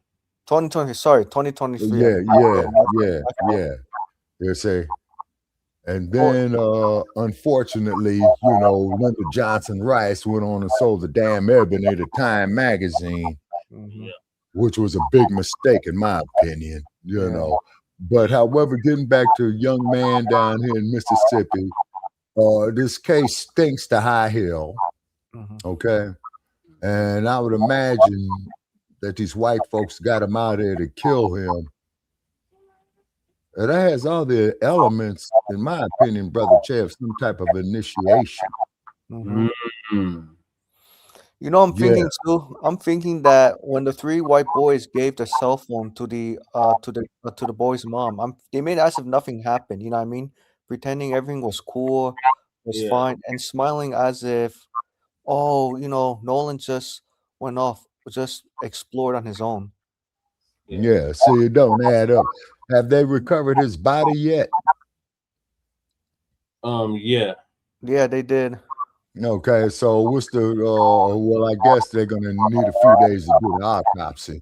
Yeah, I know the police is going to put a lot of pressure on the forensic technicians. Say suicide. Yeah, So yeah, that way- exactly. Yeah, Michael, that's exactly what the hell they do. Yeah. Rule, I guess Yep. you want to get off. Elmo Rule. Oh, and Shabaka, I got to tell you, a couple years ago, a FBA brother in Greece got unalived by 3 European brothers. I'm sorry, European men, because the Greece woman was attracted to the FBA brother. And Philip Scott said, brothers and sisters, especially brothers, when you go to Europe, don't go to Europe alone. Make sure you have extra support from America. Yeah. And Phil Scott Yeah. got very frustrated. He's like, why do I need to keep reporting this news again and again? I thought my brothers and sisters were listening very intently. What do you say to that, Shabaka? Okay. Okay, please repeat that again, Michael. I'm sorry. Sir, you know how Phil Scott is very strict, right? He's very aware of his surroundings, right? Right, And exactly. he doesn't want FBAs to go to Europe unless they have backup, because Oh, Europe, absolutely. right? And he gets frustrated. He's like, "Why are my brothers and sisters listening to me? Don't go to Europe, because Europe is like Right. the cousin of America." Right. And then keep in mind, though, too, you got to look at that some of those European nations, France, Belgium, wait a minute. France, Belgium, England, you know, they participated in the transatlantic slave trade. So, Yeah. you know, you got to look at that there, too. Yes, Yes, definitely they, Greece too. And Greece. they're havens for neo-Nazis. yeah, All there you go, brother Che. Thank you. Yeah, Neo-Nazis. the Yep. neo-Nazis, the Nazism, that alt-right shit, you know what I'm saying? Hitlerism. Mm-hmm. Like Shabaka, would you literally yell at your brothers and sisters, "Don't go to Europe," right, out of your breath? Yeah, I would say don't go there. And I've had family members that kept going there. I don't worry about it and all that. I'm saying, no, don't go there. And You what see? happened? Did they listen to you, Shabaka? No. No. Yeah, fortunately, they all came back, but they didn't fucking listen. You know what I'm saying? But they came home alive, right? Right. You Okay, see? good. Right, yeah. And that's why Phil Scott feels frustrated. He's like, "How many times I had to tell my brothers and sisters, don't go to Europe? If you want to see Brad and Becky, why not just stay in America?" Because Yeah, Phil because feels you got like, plenty. Yeah, because you got plenty Brads and Beckys in the United States. That's for damn sure. right. Yeah. And Phil's like said, "Brother, sister, come to Africa, or you know what, go to like Cambodia, where The they look." kids who made it. Oh, sorry. There's like 8 minutes left of this video. Okay. Okay. And then after this video is over, Brother Che, did we cover all the topics for Shabaka's Black Experience and Answer this evening? No. Okay. Oh, wait a minute. Hold on. Yeah, you're right. Yeah, because we still got to do the Musk showdown. Okay, so we already did the Nationalists March in D.C. Check. Storm Forces in the Biscoes in the shelters. Check. And then we're doing Nolan Wells. Now that young man that came up missing. Okay, so then Stinky Bird shuts down DOGE and Nigeria without toilets. Okay. So after this, those are the last two subjects. Yeah. Okay. No, there's more subjects. Okay. I'm saying all of them, but after this, we got David Oyelowo. Then we got the Haitians claiming that Lauryn Hill is Haitian. Uh-huh. And then we got them getting deported. Okay. In the interview with the congressman or council. Okay. Congressman candidate. Oh, yeah. Okay. And then we got Elon Musk in Nigeria. Okay. Oh yeah, and by the Bernard was interviewed by Emma on African Diaspora News Channel. I'm gonna play that. That's exactly what I'm gonna play, Michael. Okay. Their parent is a judge, and all the kids are lawyered up. Why would you be so lawyered up so quickly if there was nothing that you did wrong? Now, this is reminding a lot of people of Tamla Horsford, who died on November 4, 2018 in Cummings, Georgia. She's a Black mother of 5. She attended an adult sleepover with mostly white female friends. The next morning, she was found dead in the backyard. Official investigations I by the remember that. Forsyth County Sheriff's Office and the Georgia Bureau of Investigation concluded her death was accidental as a fall from a backyard deck. How do you just fall from a backyard deck? Authorities cited severe intoxication with her autopsy revealing a blood alcohol level of 0.238. Anyway, once again, they her got a family drunken and mug. community advocates heavily disputed the official findings, citing timeline discrepancies, the presence of unexplained injuries, and concerns over how the crime scene was handled. Now, this happened in Mississippi. That case happened in Forsyth County, which has a lot of racist history. We need this to be transparent. This continues to happen in the Black community, where what are the chances that every time it's a group of all white people and like one Black friend, why it's like a horror movie where the Black person has to die first. It just doesn't make a lot of sense. People are not going to let this sit at all. And when you have Cyrus Carmack Belton, then you have Carmelo Anthony, then you have to understand how painful this is to the community. that continually they're taking advantage of. And then when they claim something like this is racially motivated or whatnot, they're called victims, or they're saying, oh, you're just searching for something. Why are the boys lawyering up? Why did the boys have the kid's cell phone? Why did he have Nolan's cell phone and give it to the mother? You know how kids are, and all of us are with our phones. They are glued to our hip. How did the phone make it back, but he didn't? Something is suspect here. This is Mississippi. We've all seen Mississippi burning. We need justice. That explains it right there. Sam out Sampson for president of the world. Normally, I try to That stay out of explains black it right people's business. there. I want you to know that we know that they killed that boy. He was the only black gentleman in a group of 4 boys in Mississippi, and an altercation broke out just as Nolan was talking to a female, talking to a girl, excited about talking to a girl. How much you want to bet nobody liked that he was in Mississippi talking to a white girl?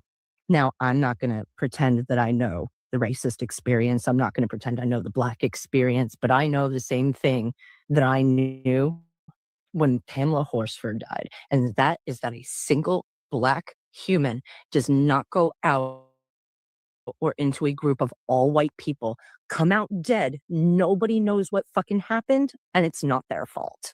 There is a reason they say don't play in the snow by yourself. It's cold. And that's all I'm going to say. I'm just want to say that I am terribly, terribly sorry to his family, and I am terribly, terribly sorry about what happened to him. And we all know they fucking did it. And I want you to know that we know they didn't. A grown black man does not go out with a bunch of white fucking boys in Mississippi, hear that he's talking to a white girl. He disappears. Nobody knows what fucking happened, but now his body's there. Carolyn No, I'm sorry. Bryant. Fuck off. We know what happened to that boy. Yeah, Carolyn Bryant syndrome. Yep. So, y'all, they said the investigation is ongoing. And, you know, Trying at to the get end some of the day, lies straight. this is very cowardly for y'all to single out one black person, isolate them, and then a group of y'all unalive them and then try to act like nobody seen nothing, nobody heard anything, but you got his cell phone and you returned back with just his cell phone. And you want to take us for a bunch of fools. Yeah. Wow. Well, I sure hope they get to the bottom of it. And y'all get some black lawyers. Y'all stop hiring white lawyers, because you see what happened to Carmelo. Get some black Mississippi lawyers down there. So anyway, y'all. Extra FBA lawyers. This is truly a tragedy. And I hope we can learn from this. If we can make separations from not buying from Asians, not buying from Target, we can do separations when it comes down to our children. If you see a situation they're in and it don't seem right, it don't look right, or they're just constantly around kids that don't look like them, that is a problem. And you don't see other children that looks like Nolan around, nah, that's a big major red flag. That's a major red flag right there.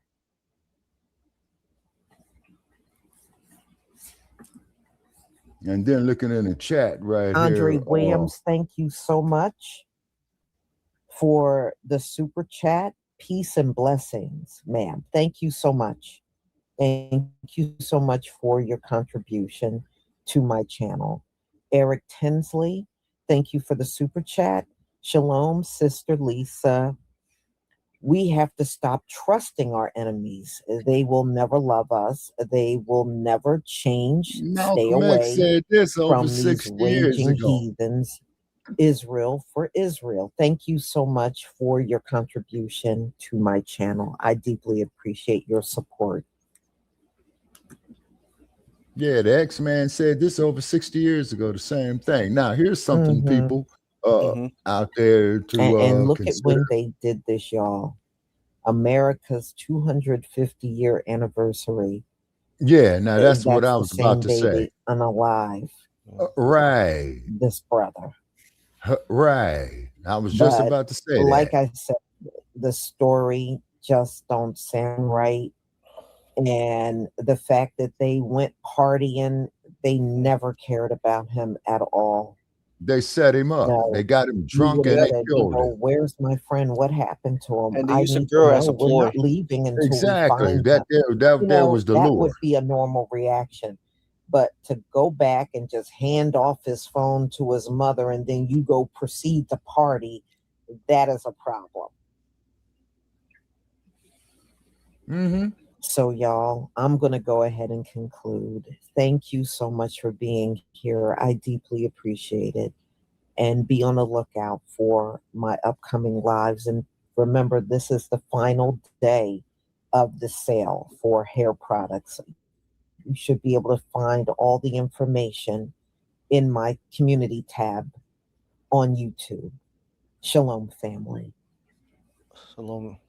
Shalom, Lisa. Shalom, Lisa. Oh, by the Yeah. way, Jesse, just want to let you know, I called out the racist guy on Twitter. He criticized Family Eto'o and fellow Thomas. soldier. You called out who? You remember Eto'o Thomas used to play for the Washington Wizards? He's very outspoken, anti-war, and he's really about for Black liberation. Uh-huh. Okay, yeah, very quickly, yeah. So this white man, when Eto'o Thomas was speaking, what happened to Nolan, Saver Wells, right? And Eto'o Thomas was making a comparison. If the roles were reversed, right? It was 3 black men and 1 white man, and Yeah. and if the 3 black men gave their cell phone to white mother, the 3 black men will be charged immediately, right? Oh yeah, they would have been arrested on the spot. On the spot, right. So when Eto'o Thomas said that, right, this white man on Twitter said Eto'o Thomas does not like white people. I pushed back and defended Eto'o Thomas, and so I said, no, Brad, you're actually incorrect. Eto'o Thomas does not dislike white people. He dislikes racist white people who have a Right. 400-year history of slavery, lynching, anti-black racism, etc. Police killings. Police killings. And I told the white man, please study the real American history. Right. Yeah, I'm pretty sure I'm going to get a lot of pushback from the white man. Oh yeah, well you could. Whoa, go ahead, Jesse. Sorry. You did it on Twitter? Yeah, Twitter. Yeah. Okay. Okay. Yeah, you definitely gonna get pushback. What the fuck? The hell with them? Yeah, exactly. You know what I'm saying? And then also too, Michael, invite them. Now here's where you're gonna catch them in their lies at. Then invite them up on our platforms to come discuss it. And 9 times out of 10, okay, they're gonna avoid it. Yep, you're right. Definitely right. Because I already did experiment for us already. Yeah. Yeah. You see, they're gonna avoid it because they cannot take this heat. You see, one thing that they hate is to be caught up in their hypocrisy. This is why they will go to all the shit. Well, what about what you black folks do to each other and all that bullshit? See, that's a diversionary tactic. Hell, we know what the fuck goes on in the black community. Me and Jesse, we lived it. Right, because you guys have the frontline experience, and I really don't. I can only go by objective data. Right. Right. You see, you know? And then the cold part about it is, don't nobody ever mention Carl Vincent, who was a soldier in Vietnam. Okay, a grenade was launched, and what he did was, man, he dove on the grenade to save the rest of his platoon or whatever. You see what I mean? Dang. Yeah, you say, and I honestly believe he did it out of reaction, because if he would have thought about it, he would have said, hell no. Right. See, so, you know, you got to look at that. You see, then not to mention the Tuskegee Airmen during World War II. Hey, Mr. Pointez, how you doing? How you doing today? Okay, and then look at that Tuskegee Airmen, and the German Luftwaffe was no match for the Tuskegee Airmen. And look how those soldiers got treated, or airmen got treated, when they got back to the United States. Right. All right, I hate to move along, but we got to move along. Yeah, sorry, Jesse, we took so much of your time in this conversation. It's all good. So RIP to our brother Nolan Wells. Yeah. Justice. So moving along, we got David Oyelowo, who is a British actor. British, I think he's Nigerian or something. Yeah, usually those British actors do have some type of lineage to Nigeria, brother Check. Yeah, Him, Idris Elba. Yeah, he's either Nigerian or Ghanaian. But anyway, he is a tether. So we're gonna go on why he's a goddamn tether. So Professor like Truth is gonna give us an update on that. Okay. First, I'm the professor, and this is the moment of truth. It must be awards season, and for most lunk-headed tether, the award goes to David Oyelowo. By now, everyone's heard about how the Nigerian cosplayer was talking grimy about the Black Southern accent. He said, if you take the Nigerian accent like this and you slow it down, you put a lot of slavery in there, and then you start to put a little bit of subservience in it. This is what starts to happen to the Nigerian accent, man. Obviously, he was using accent as a euphemism for our lineage. That, well, you know, if you take one of these Nigerians and you put them in slavery and they become all subservient, well, a Black American is what you get, man. First of all, foundational Black Americans have been all over this planet. We've influenced the world. Everyone knows it. And yet you don't see us constantly trying to take credit for the impact that we had on all these other people. And we certainly don't denigrate them for it. And yet we primarily see people from Haiti and Nigeria who never even set foot here, and yet will lie through their teeth claiming that they influenced us when nobody today or even in the past even knew them. This is a really bad habit that these tethers have, but it's particularly bad among Nigerians and Haitians. Why are Nigerians and Haitians not proud of their own reputation and accomplishments? Why is it that they're always running to somebody else and saying, well, we had an impact on you guys. Shouldn't they just be waving the flag for themselves? Better yet, why don't they just sit back and let the greatness of their own culture and accomplishments speak for them? You see, that's what Black Americans are able to do. And yet the problem happens to be perhaps the Nigerians and the Haitians feel that their reputation isn't sterling enough. But this is what we got from David Oyelowo. What else would you expect, though, from someone who had Agent Duvernay think that he was the right guy to play Dr. Martin Luther King? Oyelowo's made an entire career out of playing Black Americans, specifically with a Southern accent, from Dr. King, which is an abomination that he was allowed to portray him, to Bass Reeves, to one of the Tuskegee Airmen. You know, without foundational Black Americans, specifically Southern foundational Black Americans, this overrated hack wouldn't have had a career. But of course, when he got called out for his disrespectful behavior, he showed that he was walking in the footsteps of the white media that he loves to idolize when he was saying sorry, not sorry, basically. He gave the same pathetic, empty, decrepit, non-apology apology that we always see, you know, from the likes of John Davidson and others.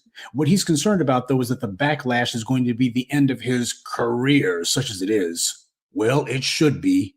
The only time that he should open his mouth is to say thank you to us. That's the only time that David Oyelowo should ever be speaking to or about our lineage. But of course, he did the opposite. And it's no accident that he didn't just attack us, he attacked our lineage. Yeah, he's upset about Drewski's skit. He felt as if Drewski was talking about him in particular. And you know what? If the shoe fits, wear it. Yeah, Drewski described David Oyelowo to a T because he is one of the worst offenders when it comes to these foreign cosplayers. Now, for our Afro-British family out there, if you want to know why the Brits thought that they could get away with that stunt they pulled at the BAFTAs, this is why. David Oyelowo is a living example of why that happened. Your Black British actors are cowards just like he is. And sorry to say that most, not all, but surely the majority of Afro-Britons keep giving a pass to white racism there. But they're only too quick to talk trash about us. Don't you know that those racists over there in Britain see that? This is called pattern recognition.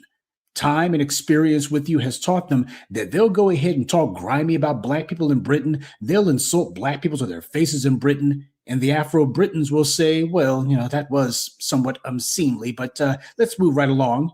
Meanwhile, with Black Americans, they dump on us all day long. Don't you know the enemy can see that?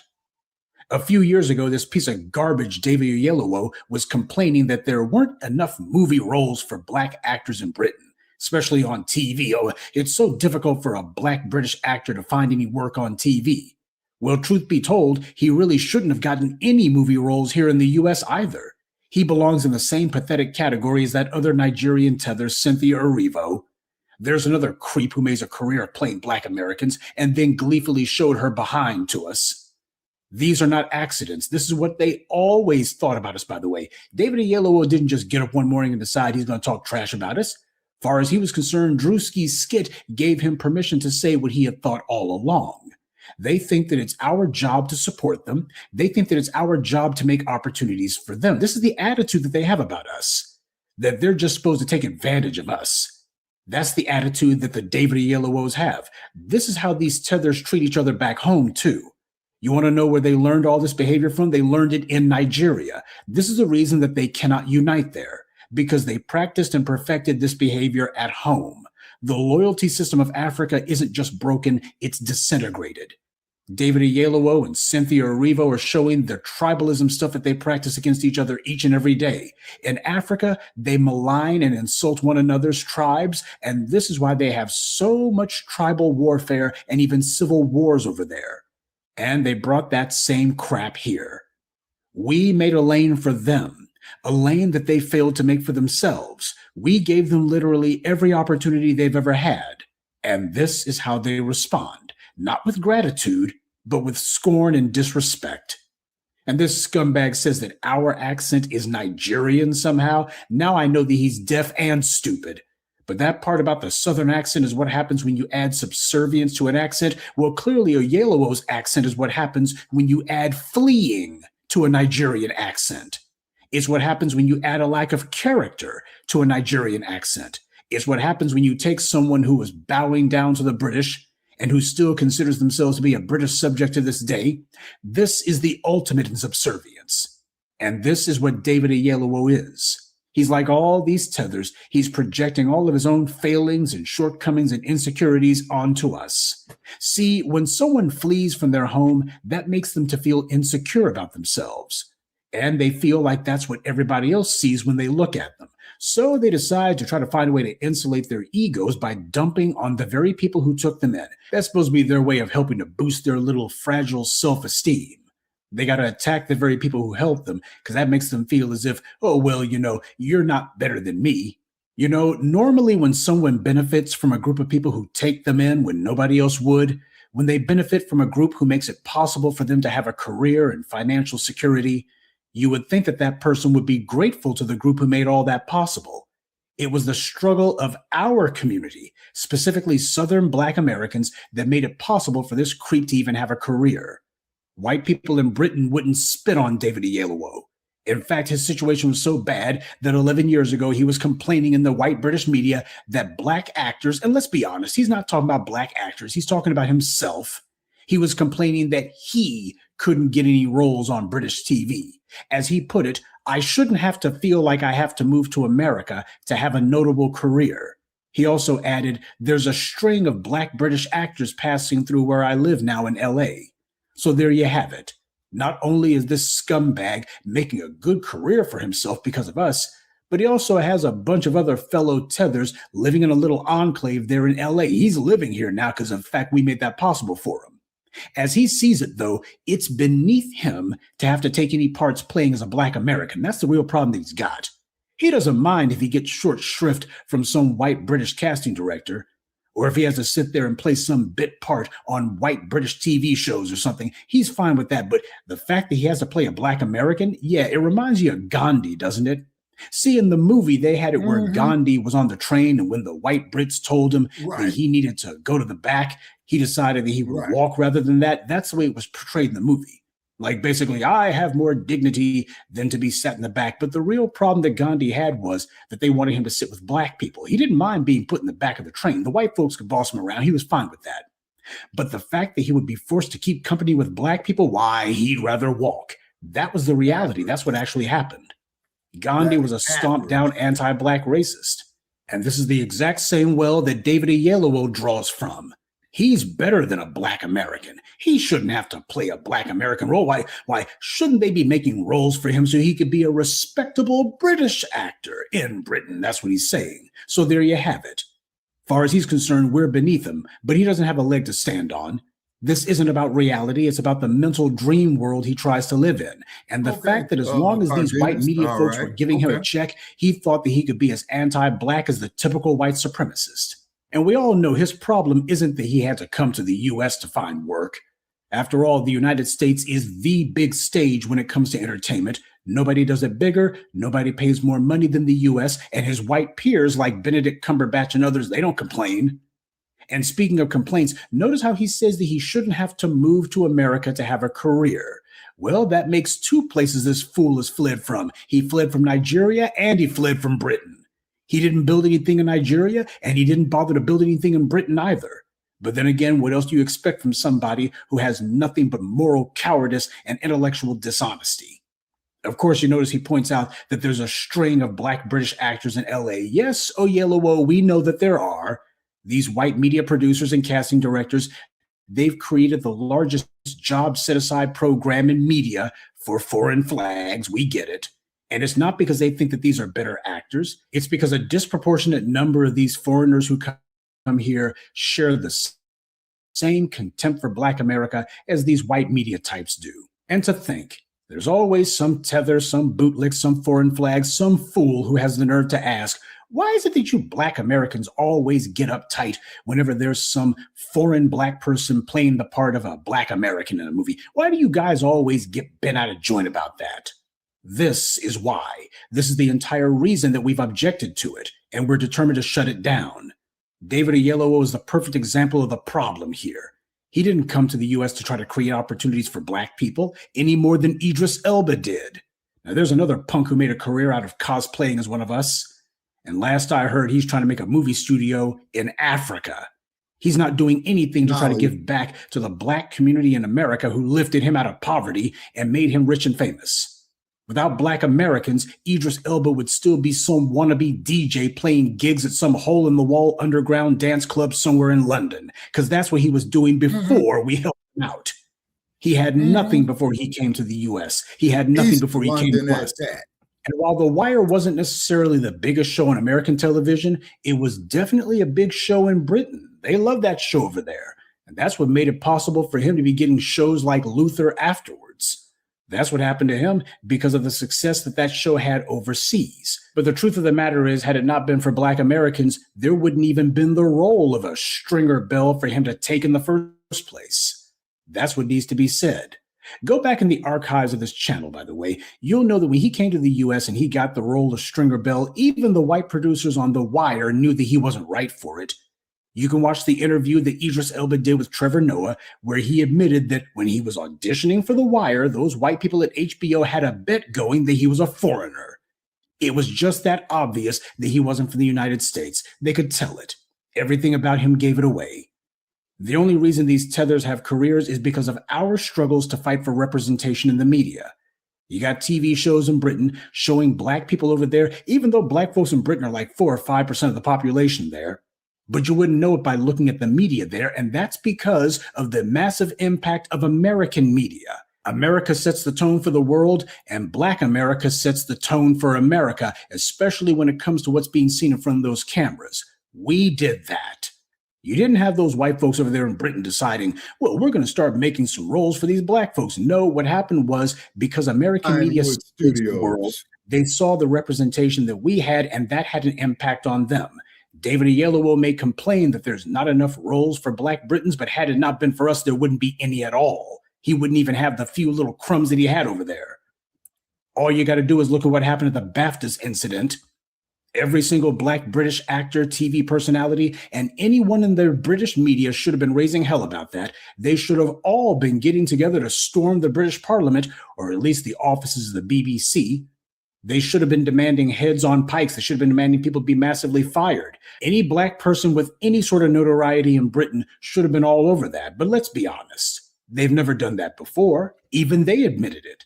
Black Britons were amazed when they saw foundational Black Americans put our foot down, or rather put our foot in the behinds of those racists over there in the BBC. We made the scumbags apologize and then tuck their tail between their legs.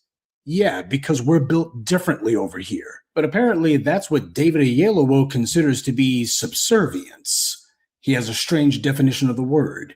He thinks that it was these white media people who gave him all of his opportunities, that all he had to do is stay in their good graces and he'd be fine. But now he's worried that the same way Black Americans mobilized against the BAFTAs and against Cynthia Erivo, well, he's thinking that maybe he's going to be next. He knows that without Black American audiences, he would have no career. Clowns like Idris Elba, they know this too. That's why Elba was out there claiming that he didn't want to be considered a Black actor. That was him signaling loud as he could to the dominant society, yoo-hoo, I want you guys to watch me more, so I'll have to be dependent on these Black Americans. But of course, he's not alone. Your boy Godfrey, he gave this piece of dirt Oyelowo a platform to spew his filth and didn't even take him to task when he did it. He was sitting there co-signing that mess, giving him an attaboy, agreeing with him. And then afterwards, Godfrey's been trying to do the old garbage about, well, I mean, he doesn't know any better. David Oyelowo, he comes from a different country. He just doesn't know any better. Family, we don't allow that lie. This is someone, David Oyelowo, who spent his entire acting career pretending to be one of us. And whenever he's been asked what qualifies him to portray the role of Dr. King or of a Bass Reeves or of a Tuskegee Airman, what the hell qualifies him to portray a Black American? The very first thing that Oyelowo would always reference is that he knows so much about us, how similar his own personal experience has been. Oh, it's all about Black, you know. The only difference is the accent, don't you know? Idris Elba would do that too. See, when it comes to anti-Black imagery in Japan or in Europe or Mexico, everybody runs to the go-to lie that, well, they're not from the U.S., you see, so they don't know any better. This is the same David Oyelowo who was whining and complaining about racism in Britain when it comes to Black people being given opportunities in TV. He knew exactly what he was saying, and he knew exactly what he was doing. What he didn't know is that there was going to be this big a backlash about it. See, he figured, well, I'm not exactly John Davidson. John Davidson's a white guy who did this stuff on TV. He was a pretty easy target. Me, on the other hand, I'll be able to fly under the radar. This will be a victimless crime. I can go ahead and get away with it. And if there is some sort of disruption about it, if there's any sort of controversy, it'll blow over soon enough. I can get a pass. They won't notice. They won't do anything. And he was dead wrong.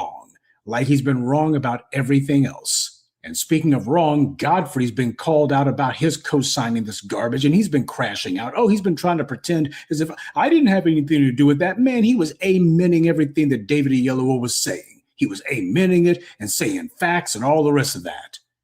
He was called out for not checking Oyelowo, and instead of admitting that he was wrong, he defended the bastard. Family, when I've mentioned David Oyelowo in the past, it was never complimentary. He hadn't done anything to that point that was obnoxious enough that he deserved to have enough of my time to have a video made about him. But the stink was on him. You could smell it. And the same thing goes for Godfrey. Haven't you noticed that you've never heard me mention his name before?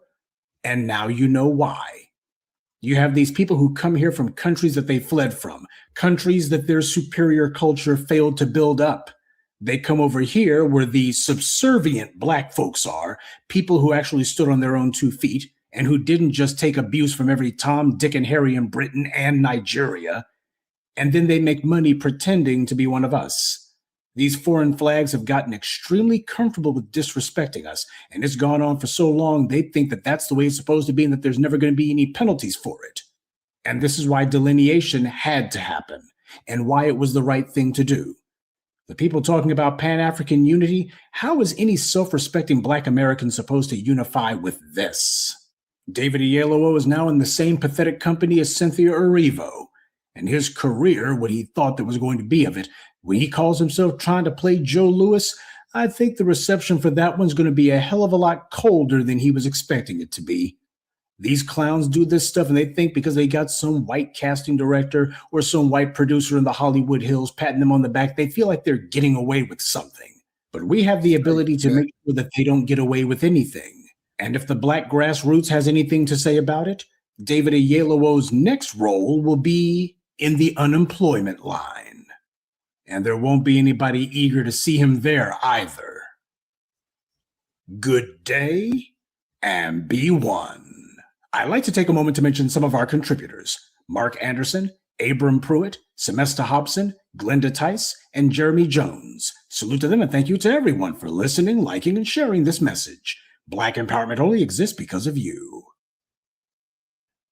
That's right, Professor. The hell with that Tether. What are y'all thoughts on the Tether, David Oyelowo? Not Haitian. Yeah, my thoughts on David Oyelowo, to be honest, I'm not surprised because I've seen this so many times, with British, R&B groups who cosplay FBAs, movement songs, especially S Club 7. Okay, hold that thought, Michael. I'm glad you brought that up right there. Okay, just what you said to prove your point right there.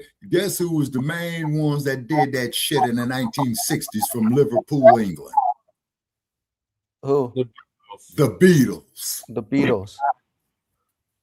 Yeah, because when they came to the United States in 1964, they played at Yankee Stadium in New York, right? But do you know what the fuck that they said on the radio, man, when they first came in? Oh, we want to go to Detroit. We want to go hijack the Motown sound. Wow. Interesting. Yeah, because see, the main cities where you had the black music come from was Detroit for Motown, right? They got the historical museum there. But another city, man, where really, if you want some downright Southern soul music, man, was Stax Records, and they went bankrupt. Right. Yep. And that's where Isaac Hayes was from, Rufus Thomas. Yep. And what does Gardena say right here? British actors have played Cynthia, Averio, Harriet Tubman, David Oyelowo played MLK, Selma. Wait a minute.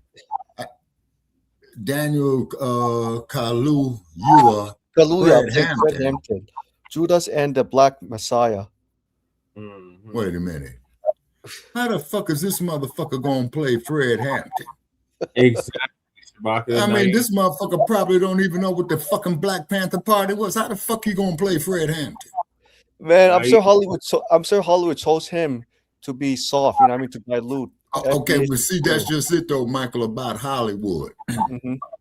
Okay, when it comes to films about the black experience, right? They always downplay. They don't never want to bring up the brutalization, of these Cluxes, James Byrd, what have you. But there's one movie that Hollywood made in 1967 called In the Heat of the Night with Sidney Poitier slapped that white man. They called that the slap that was heard around the world. Yep. And Hollywood made Goodbye Uncle Tom. Yeah. Yeah, I saw Goodbye Uncle Tom. Oh man. Yeah. By the way, Jesse, are you familiar with S Club 7 in England? No. There was one brother who was from, I think he was like Nigerian descent or Ghanaian, and he was playing FBA's movement songs. And I really thought he was from America. When I heard him speak, I was shocked. He's from England. And same thing with the crew. His crew were mostly Mozungus. Wow. They were mostly what, Michael? Mozungus. Like white people. The Becky's brats in England. And I really thought that when they sang or they were rapping, I thought that they were from America at first in the 1990s to early 2000s. And but as Brother Che and I have stated over the years, you see, these people are culture vultures. Yeah. They're culture vultures. And then what it is then when they hear an individual like me talk, oh, you're such a black racist, Shabaka. I'm not no black racist. Tell me one goddamn bank I control. Exactly. Tell me what stock market that I control. Tell me what goddamn police departments that I control. Tell me what state legislatures or congressional seats that I control. What high-tech industries do I control? And the answer to every last one of these 5 questions is 0. 0, right? Because they know that they don't have the receipts. They can't. They know that they don't have enough. They have nothing to show for it. Yeah, exactly. Let's see, but what it is though, Michael, is that the United States, Europe, particularly England and France, damn sure Portugal, they are in fear of a black uprising Yeah. But Oh, the don't forget sad Greece part too. about Greece as well. yeah, Greece. oh yeah. Well, man, to hell with Greece. Them is homosexuals chasing little boys. Them is pedophiles. Fuck them. Okay. Yeah. Now, but the sad part is about it is they don't have nothing to worry about. Why do you think they keep perpetuating, man, so much black on black crime in the black community? And what was that there, Brother Che, that stir we did, man, where they had these individuals described dressed up in black skin masks and shit like that, placing all the firearms over there on the south side and west side of Chi? Yeah, and the crates too. Don't forget about the crates. The Yeah. And the train loads full of crates that was full of guns. Yeah, exactly. You're saying Chicago is the railroad central capital of the United States. And the bodysuits that they use. Yeah, and the bodysuit. You see, so there's some things or some entity that's spending a great deal of resources on getting us to destroy ourselves, just like what Fishburne said in the movie Boys in the Hood. Yeah. Yeah. We'll kill ourselves. Exactly. That's why they put alcohol in the black community. Right. Alcohol ain't even allowed in my house. You know what I'm saying? I met Lawrence Fishburne. Oh, you did? Oh, You you met did? Lawrence Fishburne. Oh, that's cool. You get his autograph. You get the contact information. Always remember that, Brother Jay. If you come across a public figure, try to get the contact information. Do that when you're working, Shabaka. Well, yeah, true that. You know what I'm saying? You're a security guard, right? When you met Lawrence Fishburne. No, I was working for this company called Cardo Acorn. Oh, called Acorn. What is that? Is that like a security company or? No, it was a voting registration company. Oh, voting registration. Okay. Okay. So we Yeah, was but oh, go ahead. for old Sambo, and Lawrence Fishburne had came on his second go. He came to Denver to promote us voting for old Sambo. Oh yeah, that's right. Change we could believe in. Yeah, Barack. I Which call is you the know I call biggest- Barack Obama Barack Osama Bin Laden. Get it? Yeah. Yeah. That's what they was trying to label him with. And I remember when he ran against John McCain. What was that? 2008, Brother Yeah, Che? 2008. So John McCain was going around doing his campaign, right? So Right. some Becky got up there. He's a Muslim. He's a terrorist. He's a this and all that. And even John McCain said, no. You're not going to say that shit. You know what I'm saying? You're right. And John McCain was too soft about it. It was too late because he could have like been aggressive to Becky. He said, Becky, that's not right. We're in a Okay, Republican Okay, but keep in mind though, too, Michael, that John McCain was a POW in Vietnam for 7 years. Yes, I'm aware. Yes. Yeah. But what I'm saying is that it was too late because Republican Party targeted Becky to, label Obama as this and that in 2008. And you know how John McCain responded was like very soft. You know what I mean? Yeah, and I respect McCain for that. But the thing is that I'm pissed off with Osambo about, and if he came up on this platform right now, I would tell his ass the same motherfucking thing. Hey, cat, you didn't do nothing to protect black people with all those damn police killings going on. And the list goes on and on. Tamir Rice, Eric Garner. Earl, Eric Gardner, man. Our girl down there, Corinne Gaines. You know what I'm saying? Philando Castile. Philando Castile. 2008 to 2016. That whole 8 years. Yeah. Yeah. You see what I'm saying? Yeah, I know I'm sure Obama's exclusive. You see, Shabaka, Jesse, I got to work with white Republicans. White Republicans are the base I need support. If I don't meet kids with white Republicans, I'm going to lose them as a swing vote. He lost the midterm in 2010. They saying that stupid shit. When he first got in, he had both control of the House and the Senate. With Democrats. Right. Yep, I remember that. And he made excuses. Even with like Democrat control, he said, we can't be so progressive. We're too progressive. We're going to lose to Republicans in 2010. We got to be moderate. We got to be centrist. Let's cater to Republicans. And the problem is that Obama was just too comfortable with Republicans, and Republicans like, no, Obama, we're uncomfortable with you. In that first term is when he killed Gaddafi. Mm-hmm. Yeah. I remember that. Yep. Yeah, and that was a tragedy. Is for the simple fact is, man, Gaddafi was going to make Libya self-sufficient. And when a couple got mad, Libya would give them a house, not only free education. Going to make Africa self-sufficient. Yeah. That's what it is. Yeah, because Gaddafi was trying to. Okay, let me make sure I got it right. He was trying to set up the United States of Africa. Yep. Pretty much. Now, okay, we got to move on, Shabaka. Yeah, sorry to take so much of your time, Jesse. We just get very excited. Yeah. And I appreciate the passion. So moving along to hell with that David Oyelowo goddamn Tether, to hell with him. To some more Tether. While the foreigners suddenly are claiming FBAs have Haitian lineage. Example given, Lauryn Hill. Lauryn Hill does not have no Caribbean background. Lauryn Hill is from the United States. So I don't know why they keep where saying in the U.S. Haitian. L Boogie. Remember Alex Primo used to talk about her all the time. I want to say New York. Oh, okay, wait a minute. Then I got her mixed up with the Fantasia girl, man, who was out of Oakland. Yeah. Was that Fantasia who was out of Oakland, brother Checcs? I thought Fantasia was from Dallas. Okay, but there was one sister, man, who was out of Oakland. Okay, there's this other sister I'm talking about, but as you do know, the group called the Pointer Sisters, they were out of Oakland. Yeah. There's a lot of groups out of Oakland. Digital Underground was out of Oakland.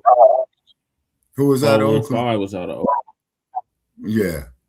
Digital Underground was out of Oakland. 415 was out of Oakland. 11-5.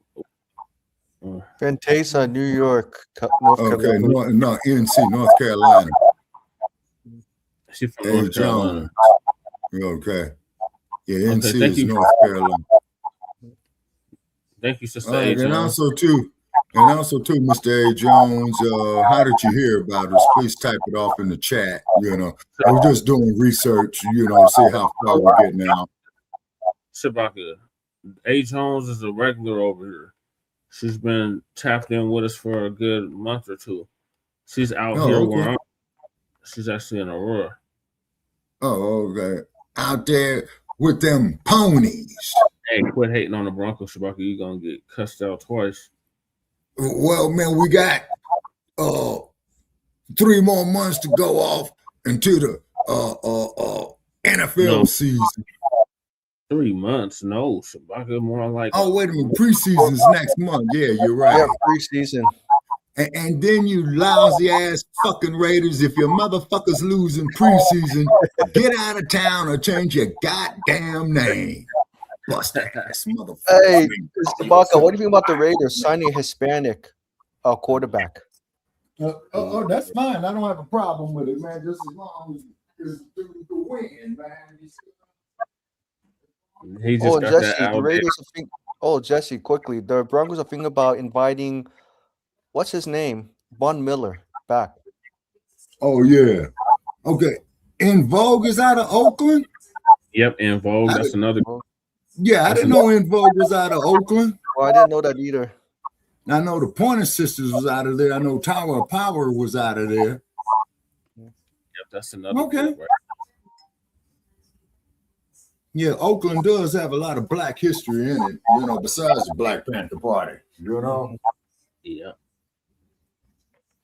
Let me see. Lauryn Hill is from where? So, Water God, who's live right now, is going to give us an update on that. Okay. Man, I out here broke my damn cigars, man. I'm mad as hell, man. Oh, damn. I hate when that happens. You got some papers to fix them up? You got some papers to fix them up, Shabaka? If you got some papers, you can fix them up. Yeah, I think I put some zigzags around here, to put it on there. Damn. But the thing is, though, too, I want to say this here, not getting off topic. See, this music industry, ladies and gentlemen, and fuck Clive Davis, we should be controlling that shit. You see what I'm saying? I agree, Shabaka. Wyclef is and the Fugees, the Wyclef and Praz, they're Haitian, but Tariq, don't give us an update on this. A prime example of that Black American versus Haitian shit only exists online. Now, on my main page, I've had to throw several Black Americans completely off my page for disrespecting Haitians. At the end of the day, in the beginning of the next, if you pissed about her winning at the BET Awards and you Black American and you say she a one-hit wonder and she don't have to do it, let me explain it to you. Baby, when you do something right, you only have to do it once. Okay? She not talking about pop your ass, finesse and all that shit, like the shit that y'all used to. Okay? She tried to give you bitches a queen mindset and she did that. When you do something right, I'm going to say it slower, you only have to do it once. So to call her a one-hit wonder, you out of your goddamn mind. You wish you could get the success she has. And the reason y'all hating on her, because she a Haitian woman. Bitch, bow down. Bow down because she did what none of you other bitches have been able to do yet. Bow the f down. She did it without shaking one piece of ass. She did it without no kind of vulgarity, nothing. She did it and bitch, you bow down. Not only because she a Black woman, because she a Haitian woman. Dig. So y'all can talk that shit online, Black Americans versus Haitians. Y'all know the business. With Lauryn Hill coming to the situation, the conversation, you bow the f down because she is a queen. And she love all of you. She don't act like the rest of us. She love all of y'all. I love some of y'all. I don't love all of y'all. I love who loves me. If I was making some motherfucking money too, I'd love my fans too. Shit, if we made some money off this motherfucker right here, I'd be loving every goddamn body. Respect Lauryn Hill, not only as a Black queen, but a Haitian queen, and doing what y'all queens still haven't done yet. Speaking of Caribbeans, where the Caribbeans? Shout out, where the Caribbeans? Any Caribbeans in here? Y'all know there's a thing with people now. Have y'all noticed? I guess because of TPS and all that stuff. Why are there so many Caribbeans trying to make everybody Haitian all of a sudden? Have y'all noticed that? A lot of these people are making videos trying to make foundational Black Americans Haitian. This is goddamn ridiculous at this point. I saw one woman, I think she Wait a minute, what is she? what did you say? She was has a born in South Orange, New Jersey, huh? Okay. I think she might be Haitian, I'm not sure. But she got on here talking about Lauryn Hill is Haitian. Lauryn Hill is not Haitian at all. Wyclef is, and the Fugees, the Wyclef and Praz, they're Haitian, but Lauryn Hill is not Haitian at all. Joy Reid got on some live talking about, yeah, the Haitians have been pivotal to this and that. Crispus Attucks, who was in the American Revolution, he was Haitian. Like, what? Family, Crispus Attucks was not Haitian. Crispus Attucks wasn't Haitian. Lauryn Hill isn't Haitian. These people are just saying shit. Listen, you know what this is? Foundational Black Americans, man, this delineation has disrupted the old game of people hiding under the generic Black umbrella, siphoning off our cultural energy. And because we've drawn a hard line in the sand and we're demanding historical accuracy, there's now a coordinated panic, ladies and gentlemen. So now there's a sudden push to crowbar Haitians and other Caribbean groups into the building of America and the civil rights narrative. You understand? And I'm telling y'all, as a historian, these people are full of shit. I guess a lot of them assume that we don't know the history. Oh, the hell we don't. We know the history. See, this temporary protective status, that's been revoked for a lot of these people. So that has created a state of political desperation. And when the threat of deportation is on the table, the PR tactic is to try to manufacture a historic anchor in the United States. So they're pushing a false narrative that they fought in the Revolutionary War, built the country, and built New Orleans and all that shit. They're trying to create a political shield. So the narrative that they're trying to do is like, you can't deport us because our people are also foundational to history too. So they want to use our foundational Black American equity as an immigration defense mechanism. And these people are just saying shit. Oh, Clyde. They're just pulling stuff out their ass, man. And them in the building. See, for a long time, a lot of these non-FBA groups, they were comfortable sliding into our spaces and benefiting from the civil rights What's up, infrastructure Claus that we Van built, extracting the resources, and this delineation movement has closed that loophole. How you doing, Claude? We're clearly defining who we are and who built this nation. So now these people are scrambling to try to retroactively write themselves into our history. They're trying to crowbar into our damn legacy. Just like when they start talking about Haitians fought in the Revolutionary War, they went down there, fight with the French in Savannah and lost. First of all, it wasn't Haiti yet. They went to Savannah and got their ass whooped. That's not a flex. You know? Then they start talking about W.B. Du Bois was Haitian. W.B. Du Bois was FBA. He had a Haitian or Saint-Domingue ancestor, but he was still foundational Black American. Yeah. Then they like to bring up Harold Belafonte and Stokely Carmichael and all these people that were around in the civil rights movement. Yeah, there were some individuals with Caribbean ancestry who Black empowerment era in the sheet. But the movement itself was not a Caribbean import. The infrastructure, the strategy, the physical bodies taking the beatings, the marching, the boycotting, all of that was FBA, goddammit. You understand? Let's be very, very clear. So what they're trying to do, man, they're trying to dilute everything so that they can get access to tangibles. If they can have this narrative that everybody built America, that everybody led the civil rights movement, that muddies the waters for tangibles. Yeah. And then they do this fake Pan-African guilt trip. They try to use a romanticized, weaponized version of Pan-Africanism to try to guilt trip foundational Black Americans into disrespecting or accepting their disrespect. So if we correct people, if they start lying on Crispus Attucks and all our other icons, well, we're divisive if we call them out. Just like this white man who called up.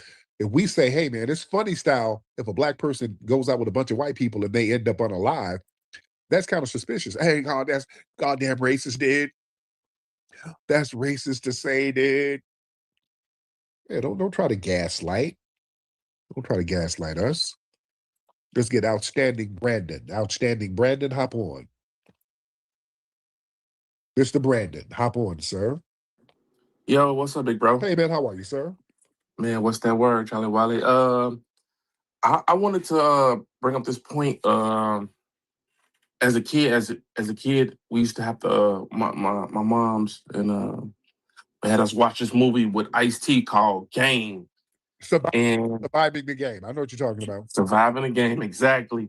And that terrified. Oh yeah, I saw that shit. Yeah. Excuse my French. I know. Took that motherfucker all the way up there to the forest in Washington and was hunting his ass. It always embedded that in my mind that, you know, if you the only Black person, you know, you looking at a strong situation where they can't pull a tech like that. Like I was working back in Chicago. I was working this convention center.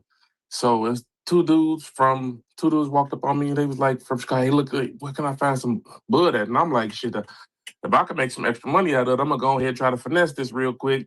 And they bought the bud for like $30, $20 more than what I bought it for. We sitting in the hotel and they just like, you want to smoke? So we smoking. And I look up, I'm the only person smoking. So I'm like, damn, I'm like, are they trying to pull a tech up on me or something like that? You know, that's exactly what they I told them like, doing. yeah, we finna get ready and go. And as soon as they turned their head, I took off. You know what I'm saying? Because I'm like, shit. You know, I had that embedded in my head, like you the only person, you know, in that, and you the only Black person in this situation. And I thought about the Game situation. You know, it's like I'm like, damn, I'm the only person. He's like, he stopped smoking and stuff like that. So I'm like, oh, you okay. did right. You know. So I wanted for the audience, y'all need to go look up that movie and show that movie to the kids so they get the gist of what's going on. I saw that movie. All right.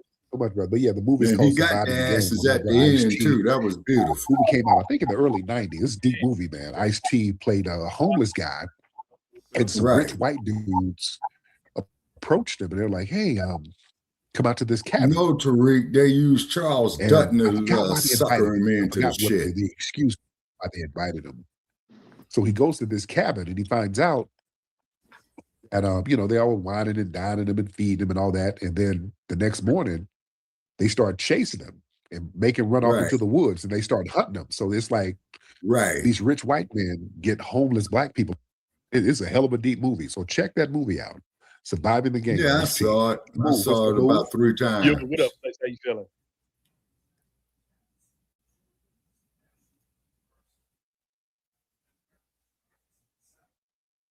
Okay, what happened to our telemetry?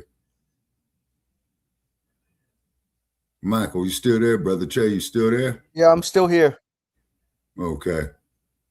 Oh, yeah, I think Che said he had to step off for a moment. Okay, but I did see that movie there that he's talking about, Michael, and I did love the way how Ice-T got his revenge at the end. It was beautiful because what he did, the ringleader of that shit was a dude by the name of, you seen him in all other movies. Oh, shit. I got his face right in front of my face. I got his face right in my memory, but I forgot his name. But at the end, he saved that bastard for last, and he got him real good. You know what I'm saying? Oh, okay, New I guess Jack Che's City, gonna. right? Huh? Are you talking about New Jack City? The movie No. that came out I'm in talking 91? about the movie that Nasheed just mentioned right here called Surviving the Game was the name of it. Because what it is that he was a homeless person in downtown LA, and they used Charles Dutton to lure him. And so Ice-T was saying, well, man, what's up with all this? Well, man, because I care. You see what I'm saying? See, that's the problem, man, of being homeless. You say you're vulnerable. You see what I'm saying? Just like down there in Skid Row, Los Angeles, man, they had motherfuckers going down there giving the homeless people, man, sandwiches laced with arsenic in it. Yeah.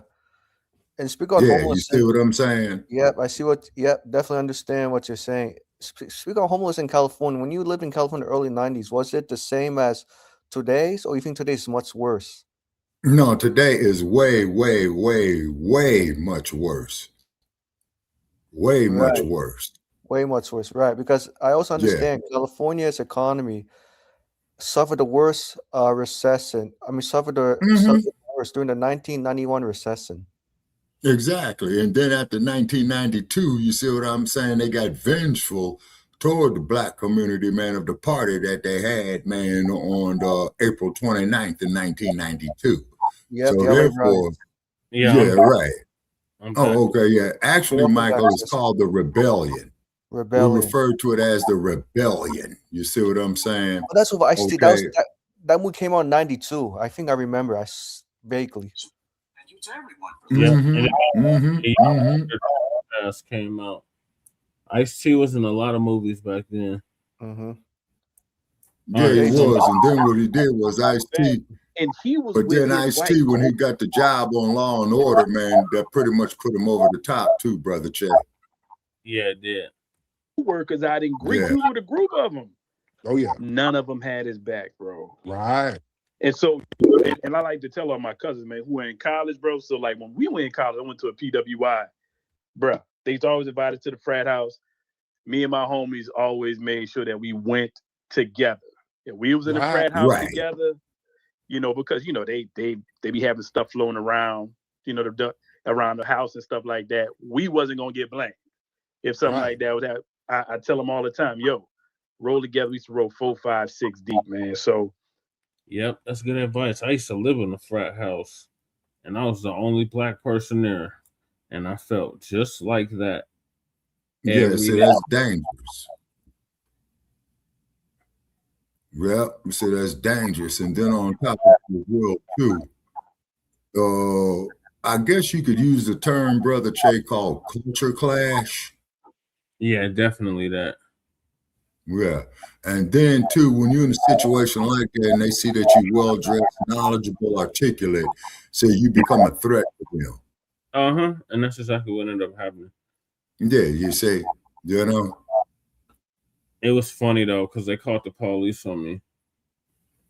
Oh, that's false arrest, man. That's false accusation. So I returned the favor, called Right. and they sent a black officer, an FBA officer.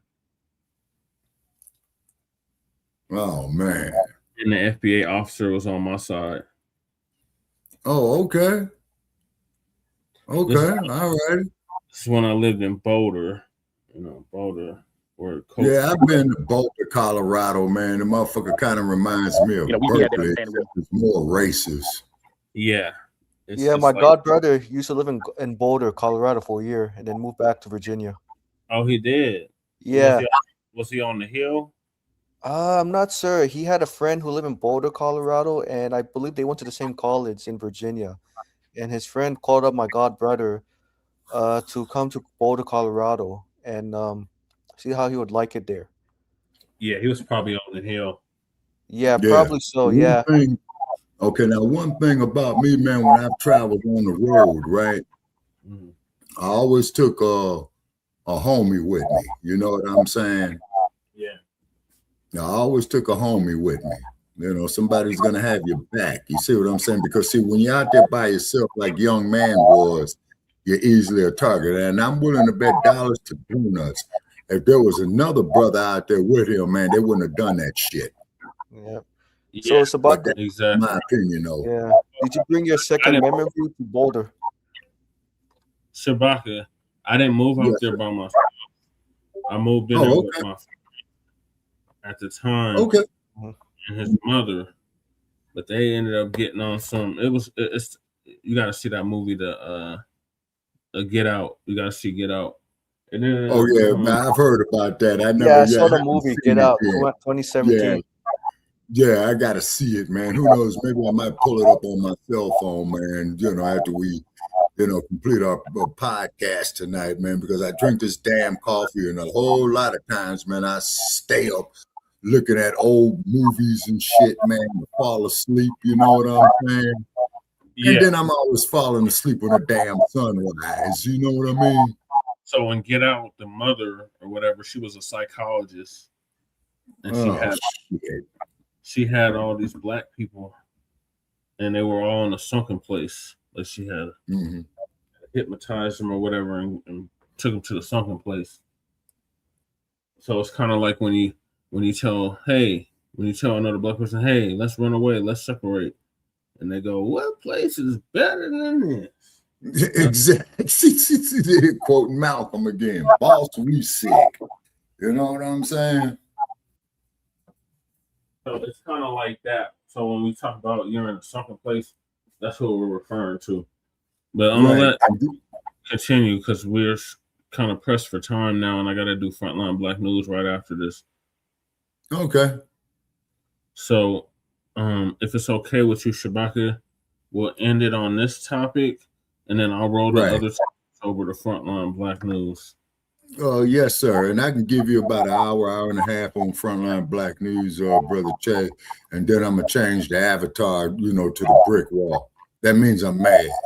Okay. And if I ain't mad right now, I think about all the youngins out there, everybody who's in college, law school, make sure y'all stick together when y'all go out together.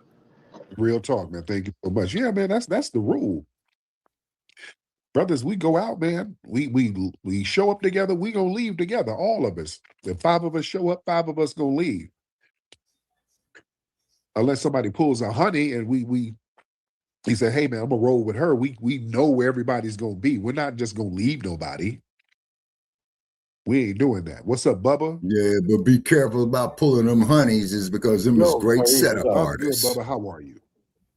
Yeah, no, man. I think it was kind of messed up on the kids, not like checking on their friend to go pick them up. That's for sure suspicious. Right. Yeah, but however, it's like, dude, people disappear all the time, like especially in boating. You know what I'm saying? Really? Like they were on they were on like this island, like swimming on there. There could have been a number of reasons, like why probably just drowned, man. I mean, that's probably what happened. Really? No, Yeah. no, I mean, look, no. do you He remember? didn't Do you just remember in drown. 2009, at the same time of the Johan van der Sloot, right? Those guys, the NFL team, their boat capsized, and like all those NFL stars disappeared. And like, what do you call it? This stuff happens like all the time. So I'm not saying that like this is not racially motivated. You don't know that for sure. I mean, Dude, how come every time so many cases where black people go out by themselves with white people, they don't come back? Why is that? Name them. Shit. I named them earlier. The Peter guy in Pennsylvania. Yeah, what happened to them? Yeah, he went hunting with his white friends and they shot him.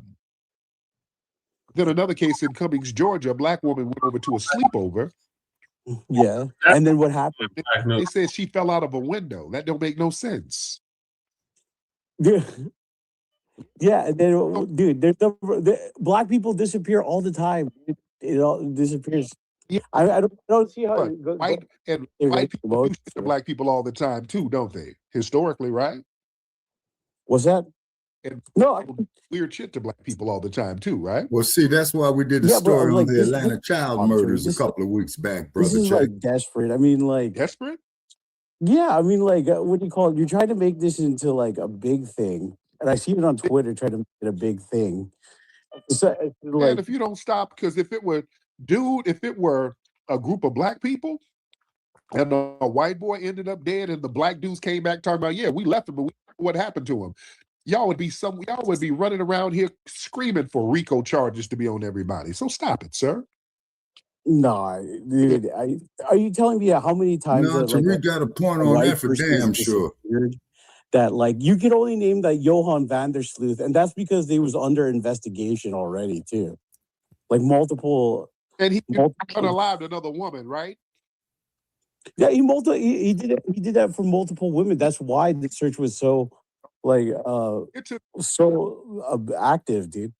Like, I mean, it all depends on like your high profile and whether or not your case. Like, I don't believe this. Like, this is this is what we're talking about right here. Boy, they get to explain it. The splaining is real. This is how they get on code with each other, ladies and gentlemen. Listen to this guy right here. This is why you don't take your ass over there by yourself. Because you guys are paranoid Negro time, dude. Doing explaining. Paranoid Negroes. This is what it is.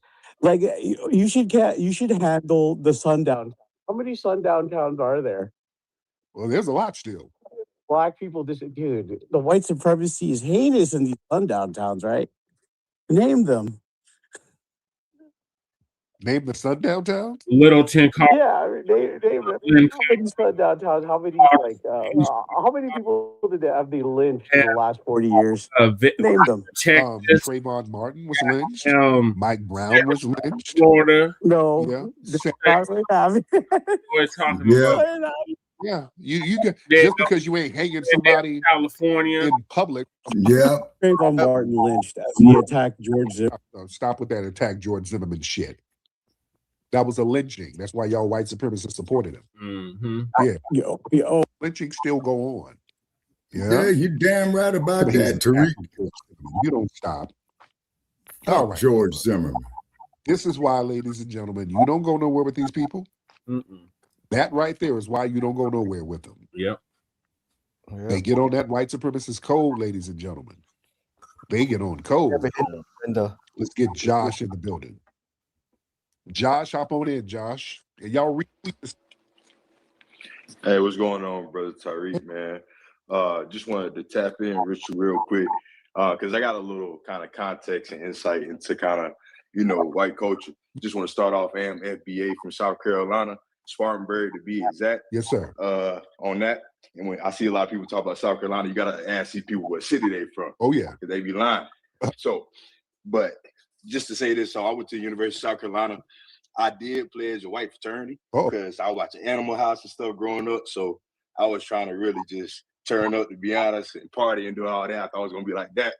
So a lot of my close friends is white, and all that. The part about the story with him, saying they thought he caught another ride, that don't even make sense right there, man. Like, I done been out with a lot of white people a lot of times, they don't operate like that when that's really your boys. Like, they gonna make sure you get home, they gonna call an Uber for you, all that, bro. They're not just gonna say, oh, we thought he took another ride somewhere. It don't never go like that. So that's the main part of the story that's not really adding up to me. Oh yeah. It's fishy as hell. Let's get in here. Yo, good, Tariq, my boy. How you doing? I'm good, How are you, sir? What's going on with the failed Black American community? Failed how? I mean, your whole existence is because of white people. So okay, are you man, Timothy, get rid of that motherfucking machine, man. I would have put my foot his ass off of there quickly. Yeah, don't even waste your mad energy and arguing jealous with that because trick. you failed Tether. I mean, damn. What do you have that I need to be jealous of? Running water and toilets. But I'm here in America, though. Exactly. You're welcome. You have someone under us, right? That's because of the Jews, my boy. Yeah, you can sit there and talk about Jews and all that. Trolling is your way of coping. Hell. So wait, so you think I'm here in this country because of you and your people? You're in your failed homeland. But I'm here because of the opportunity. There's opportunity here. Because of us. There's opportunity in your homeland, but they don't let you have it. The British whoop your ass, right? Brother, I hate to break it to you, but you provide no opportunities for anyone in this country. How come you couldn't do it in your own homeland? There's white people there. The British, they were whooping your ass. There's no infrastructure there to run businesses. Right. All they do is extract your damn resources and leave you struggling and hungry. So yeah. Exactly. That's why I have every right to come here. Well, you have a right to come here because of us, sir. Sir, but if there's no opportunities when I come here, what's the point of coming here? Sir, the fact that you can wipe your ass with toilet paper is an opportunity. It's better than your failed homeland. That doesn't make any sense, bro. There's money over here. It does. Because, if it weren't for us, you'd be somewhere riding a camel, eating some injera, riding a goddamn pirate boat. Again. Michael? It sounds like a Jewish man who's on Tariq's show, right? He's a damn tether. That's a straight up tether. Oh my God. I can't believe it. I can't think he was like doing his voice. Sorry. Yeah, he a straight up tether. I forgot where that fool from. He's from somewhere in our Keebelon, but he's a goddamn tether. He fled his homeland and sitting up here talking shit in the United States. Yes. I'm sure you met a lot of like Jewish institutions, nor do you run any businesses to help create opportunities. So therefore, I'm here because of the white man. No, you're not. Yeah, you're not. Yeah, we run businesses. Shout out to Johnson, my brother Johnson, 99 years old, the Johnson Company. Black Product Icon, Foundation of Black American, who just passed away. We got icons. He's the one that run businesses. We do what we do. I remember him very well. Oh yeah, he passed away. Damn, Shabaka, wish you would have told me. I would have put it on the top. Yeah, I know. I just thought about it, man, because I read it earlier today, man. I should see, man. What I'm going to start doing, brother Checcs, I'm going to have to start writing down, for upcoming topics. You know what I'm saying? Because we got to have our shit professional as possible. You know what I'm saying? What? And the reason being, man, there might be somebody out there, man, that might want to help us, man, but we got to make sure our shit is absolutely correct. Right. And we growing, Shabaka, so it's only a matter of time. World melanated people on the planet, and that's why you had to come under us, right? Huh? You had to come under the. Please stop making that statement, sir. Yeah, please stop making that statement. Name any other first world people. Name them anywhere on the planet besides that. Sir, your entire existence, your entire existence is because of white people. Thank you. You couldn't name them. Your entire existence is because of white. Yeah. We're the only first world melanated people, sir. You had to come up under us. That's why you jealous and mad. You being jealous and mad won't change that fact, sir. Hayes. What's up, Hayes? Brother Hayes? Hey, Brother Tariq. How you doing? I'm good, sir. How are you, Hayes? Doing all right. Hey, I just wanted to let you know, you remember 3 years ago that Asian guy shot that 5-year-old who's now 8 years old? In Detroit, right? Yeah, I'm the next neighborhood over. Oh, wow. I saw him and his father this weekend, and no adverse effects of that gunshot. Oh, good. Looking real good. Good. So the family's holding up? Yeah, they holding up. He's still with that white girl. Oh man. I'm not even gonna go in on the father and stuff. This is not the time or place. I just wanted to bring that to you, that I saw that young man this weekend. So the Asian guy, what happened to him? Man, not enough. Man, you got a slap on the wrist, some probation. The only time he spent in jail, you know, it seemed like they bounced him out of jail faster than I don't know what. Wow. He didn't get no time, man. He got probation. Oh wow. But you know that Vietnamese restaurant that he was working at, yeah, they had to dry up, and they fired him because when nobody black, white, or in between going to that place, because what he did was foul. Oh yeah, my man. Thank you so much for that, man. Yeah, I remember that case. I was barking on the damn prosecutor. I was going in on that prosecutor. Me and him were going back and forth. I'm like, man, you better put some real charges on that damn dude. Right. Gently, what's up, Gently? How's it going? How's everybody? We appreciate you for having me. Thank you so much, Gently. Now, what's your ethnic background, Gently? My ethnic background? That's Caucasoid. I'm guess you could call me white, but okay. Where's your family? Where did they immigrate from? What part of Europe? Armenia. Oh, okay. Cool. Yeah, so you're kind of Middle Eastern, right? Yeah. He's from the Caucasus Mountains. More so than that. I turn if I'm out in the sun too long, I don't look like. When they get here from Armenia? Oh, my grandpa. What year? Around what year? That's what I'm asking. Yeah. Oh, shit. 19. I don't even know. Man, I wouldn't even. They Man, fled tell that the. If you know motherfucker to anything go about back to Armenia, his they like my bone, grandparents man. He's fled loaded, like my man. great grandparents. They fled the Armenian Tell that genocide motherfucker go back to his and got bone. out here during that. And like my great grandparents were pregnant with. I don't know like the years and all that type of stuff as far as. Lord. Okay. But so what's on your mind, Gently? yeah. Oh no, I'm just checking out spaces, just seeing what's going on, and trying to get myself known out there. And other than that, I'm just a crypto meme coin. Kind of beat the real world, if so to speak, and just got tired of crypto Twitter, getting rugged, getting like my X account canceled for shilling and all that. So turned off into a meme coin based on a token a while ago. Whoa. I don't know what that was. Hold on 1 second. IB?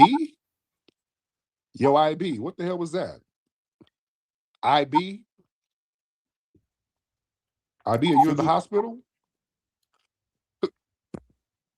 IB, unmute your microphone. What the hell kind of noise was that, bro?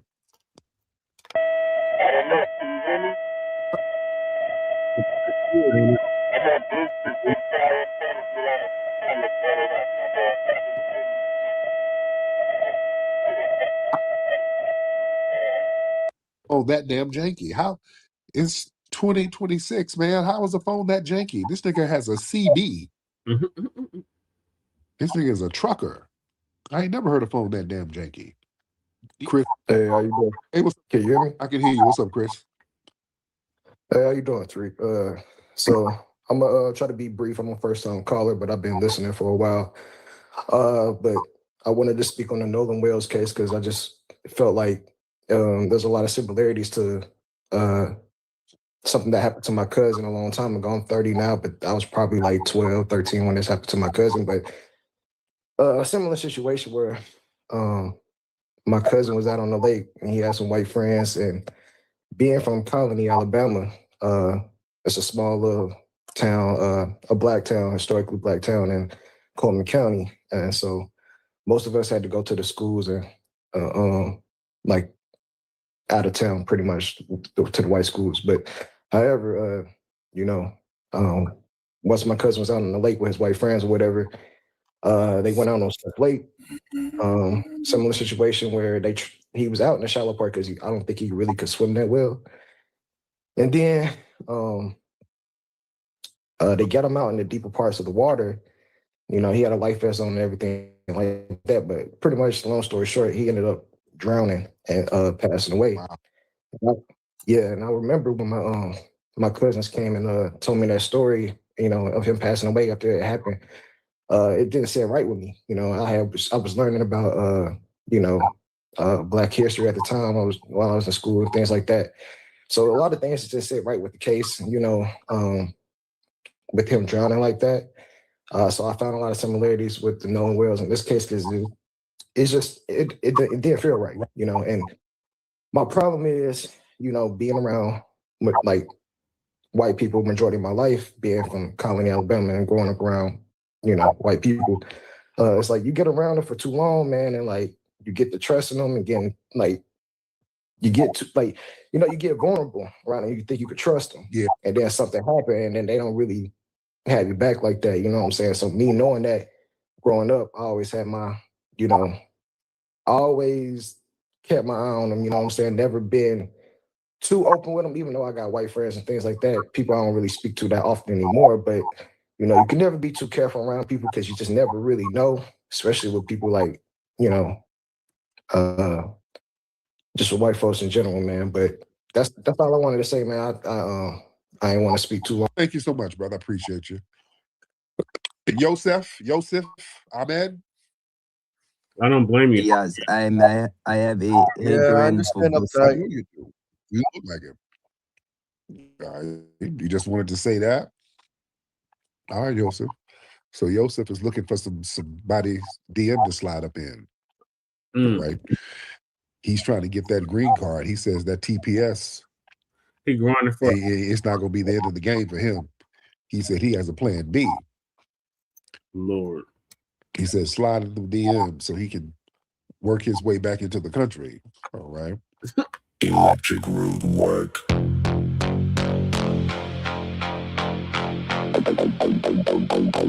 Electric root work.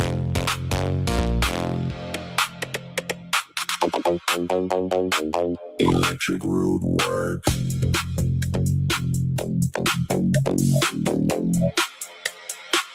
Electric root work.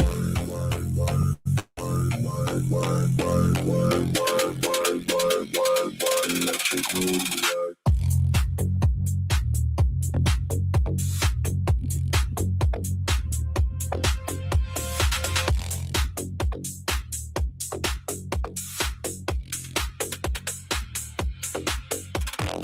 No, we got Jolena Taborn is back. Lena? Greetings, Ed. Yeah, greetings to you, Jolena. How you doing? All right, so I'm going to roll the other topics over to Frontline Black News. Then the Biden administration, in its right, since it's going with my theme of international news or migrant news and unhoused neighbor news, so I'm just going to roll it over there. The other topics over there, which is the Haitians TPS deportations are heating up. Florida congressional candidate Bernard Taylor got interviewed by Emma from African Diaspora News channel. Then we got Elon Musk, DOGE gets shut down. Where are the Checcs, and why Nigeria has 46 million people living without a toilet. So those topics will be added to Frontline Black News, which will be directly after this. Give me about an hour to get that started. All right. And everybody in the chat, you know, everybody who got with us tonight, thank you for joining us here. Season 12, Episode 3 of Shabaka's Black Experience Enhanced, in conjunction with Frontline Black News. Okay, Ms. Jolena, we're going to be coming on again next, and Brother Che will be the host. Okay, and I'll, you know, be doing commentary. Okay, so we thank everybody. Definitely donate to PayPal, jparis45@gmail.com. Yeah, we need donations, to keep this platform afloat. Okay, you make a donation, we'll shout you out. Whatever venture you got going on, you know what I'm saying? Hey, we'll let you come up here and promote it. But we need revenue over here. You see what I'm saying? Because we're taking on a whole lot of water. You know what I mean? Right. So donate what you can. If you're an entrepreneur, you know what I'm saying? Make $1,000 donation. You're an entrepreneur, man. We'll advertise your stuff, man, for the whole year. Yep. And she said she was just didn't make. She said she was here earlier. Just make any comments. Oh, okay. All right. Well, Ms. Taborn, get with us on Frontline Blacc News. It's going to be coming up shortly. Okay. So what I'm going to do, I'm going to sign off for this episode here, season 12, episode 3 of Shabaka's Black Experience Enhanced in conjunction with Frontline Blacc News. So I'm going to bid everybody a good night here from Sin City, and the air date of this episode is July 7th, 2026, for future archives after I'm dead and gone. You know what I mean? So this is what we was talking about back here in 2026. Okay, so I'm out, Brother Che. Okay, please shoot me the link for the upcoming episode. Okay, and what's the estimated time before we go on Frontline Blacc News? About an hour. Okay, an hour it is. Okay, so that there will be roughly 10:15 p.m. here in Sin City, Las Vegas. And it's a pleasant 96 degrees out here, ladies and gentlemen. You know what I'm saying? Hey, pleasant Shabaka. 96. Very Yes, sir. quickly, I thought about what you said last night about the museum. You said, and you make perfect sense. I said to myself, if Shabaka were the owner of the African American Museum, I'm pretty sure the FN employees say, "Yes, uncle, yes, brother, we'll do as you say." Kick the Trump white supremacists out of the museum. Oh, yeah. They would have been allowed in there. They would have got Like turned you get the around at the gavel and door. slam so hard to Right. get your brothers yeah. and sister attention at the museum. Oh, yeah, and I would have a damn security detail there, man, with a minimum of 10 men, you know what I'm saying, to make sure they keep their asses outside, okay? And the reason being is because it would be ancestral revenge. You see what I mean? I see what you mean, yep. And then I'll make them think about it, you know what I'm saying? And then if they want to get jiggy, man, hey, we would have bashed their fucking skulls in, man, and they'll call the ambulance, man, hey, come pick this shit up off the sidewalk. Right. Yeah. And see, and the thing is, Michael, you have to understand, it's too bad that you have to go to these extremes, you see, but it's just the political fervor that you got going on, okay? It's because out the law of physics, for every action, there's a reaction. And even no reaction is a reaction. You see what I'm saying? But what it is that these motherfuckers are so damn self-righteous, figure that they own everything. You see what I mean? Trying to modify everything. Who knows? They probably had fucked up the plumbing over there in Nigeria. They say because the motherfuckers, you got all them goddamn neo-colonializers over there. You know what I'm saying? Probably told the motherfucker there, we'll throw you a couple of Beckies in there, man. All you got to do, man, is collapse the infrastructure here. They work so hard, though, Shabaka. They work so hard. Yeah. You see, you know. They say, and then keep them. Oh, we're gonna say Jesse. Sorry. We gotta wrap this thing up. So yeah, I gotta. Yeah. Okay, I'm done. Yep, I'll say okay, quickly, I'm done. Okay. Yeah, very quickly to end the show, on a positive note. And so what Dr. Allison, God, I'm trying to remember her name. She's on Twitter. Anyways, I'll call So Dr. Allison said, when America fails to pay reparations to Black America, it does not eliminate the debt. No, it doesn't. It just prolong it. Yep. Okay. Yeah. Well, Dr. Allison for that, and thank you, Michael, for joining us. Shout out You're to welcome, Doug Jesse. for coming through. Shout out to Cow Dog for coming through. Shout out to Dynamite for coming through. Right. And shout out to Sister Val's in here, Uptight's in here. Yep. She was here. Yeah, she was in the chat earlier. It was one other person, I think. I'm forgetting somebody. ZVY4DI1. Oh, brother Quad. Mm-hmm. She coming out to Cardenas for coming through. Sister A. Jones for coming through. Okay. Also, too, I got an unconfirmed report right here, Brother Che. We're gonna love this. Mitch McConnell is officially brain dead. He's not coming back. Yep, that's what I heard. Yeah, and they said his wife had something to do with it. Elaine Chao. Ooh. Can you imagine? He married to an Asian wife. I say an Asian Karen. Let me say this. If you were Asian Karen. Yeah, Asian Karen. Mm-hmm. Yeah, see you in about an hour. Uptight. Okay. Right. All righty, and please get with us. Okay, Uptight. It's always a pleasure with you, sir. You know what I'm saying? Okay, ladies and gentlemen, this here concludes Shabaka's Black Experience Enhanced, Season 12, Episode 3. Air date of this episode is July 7th, 2026. So all of you guys there in 2086, 2096, when I'm dead and gone, at least I try to do something right. Okay, man. Yeah, Uptight, yeah. They just said the motherfucker's brain dead, man. You know what I'm saying? Yeah. Okay. So let him go up there with what's that? Strom Thurmond, George Wallace, and all them other nasty ass motherfuckers. You know. Okay, but anyway, I'm out. Okay, let me check the comments in the private chat. Okay, Michael. Okay.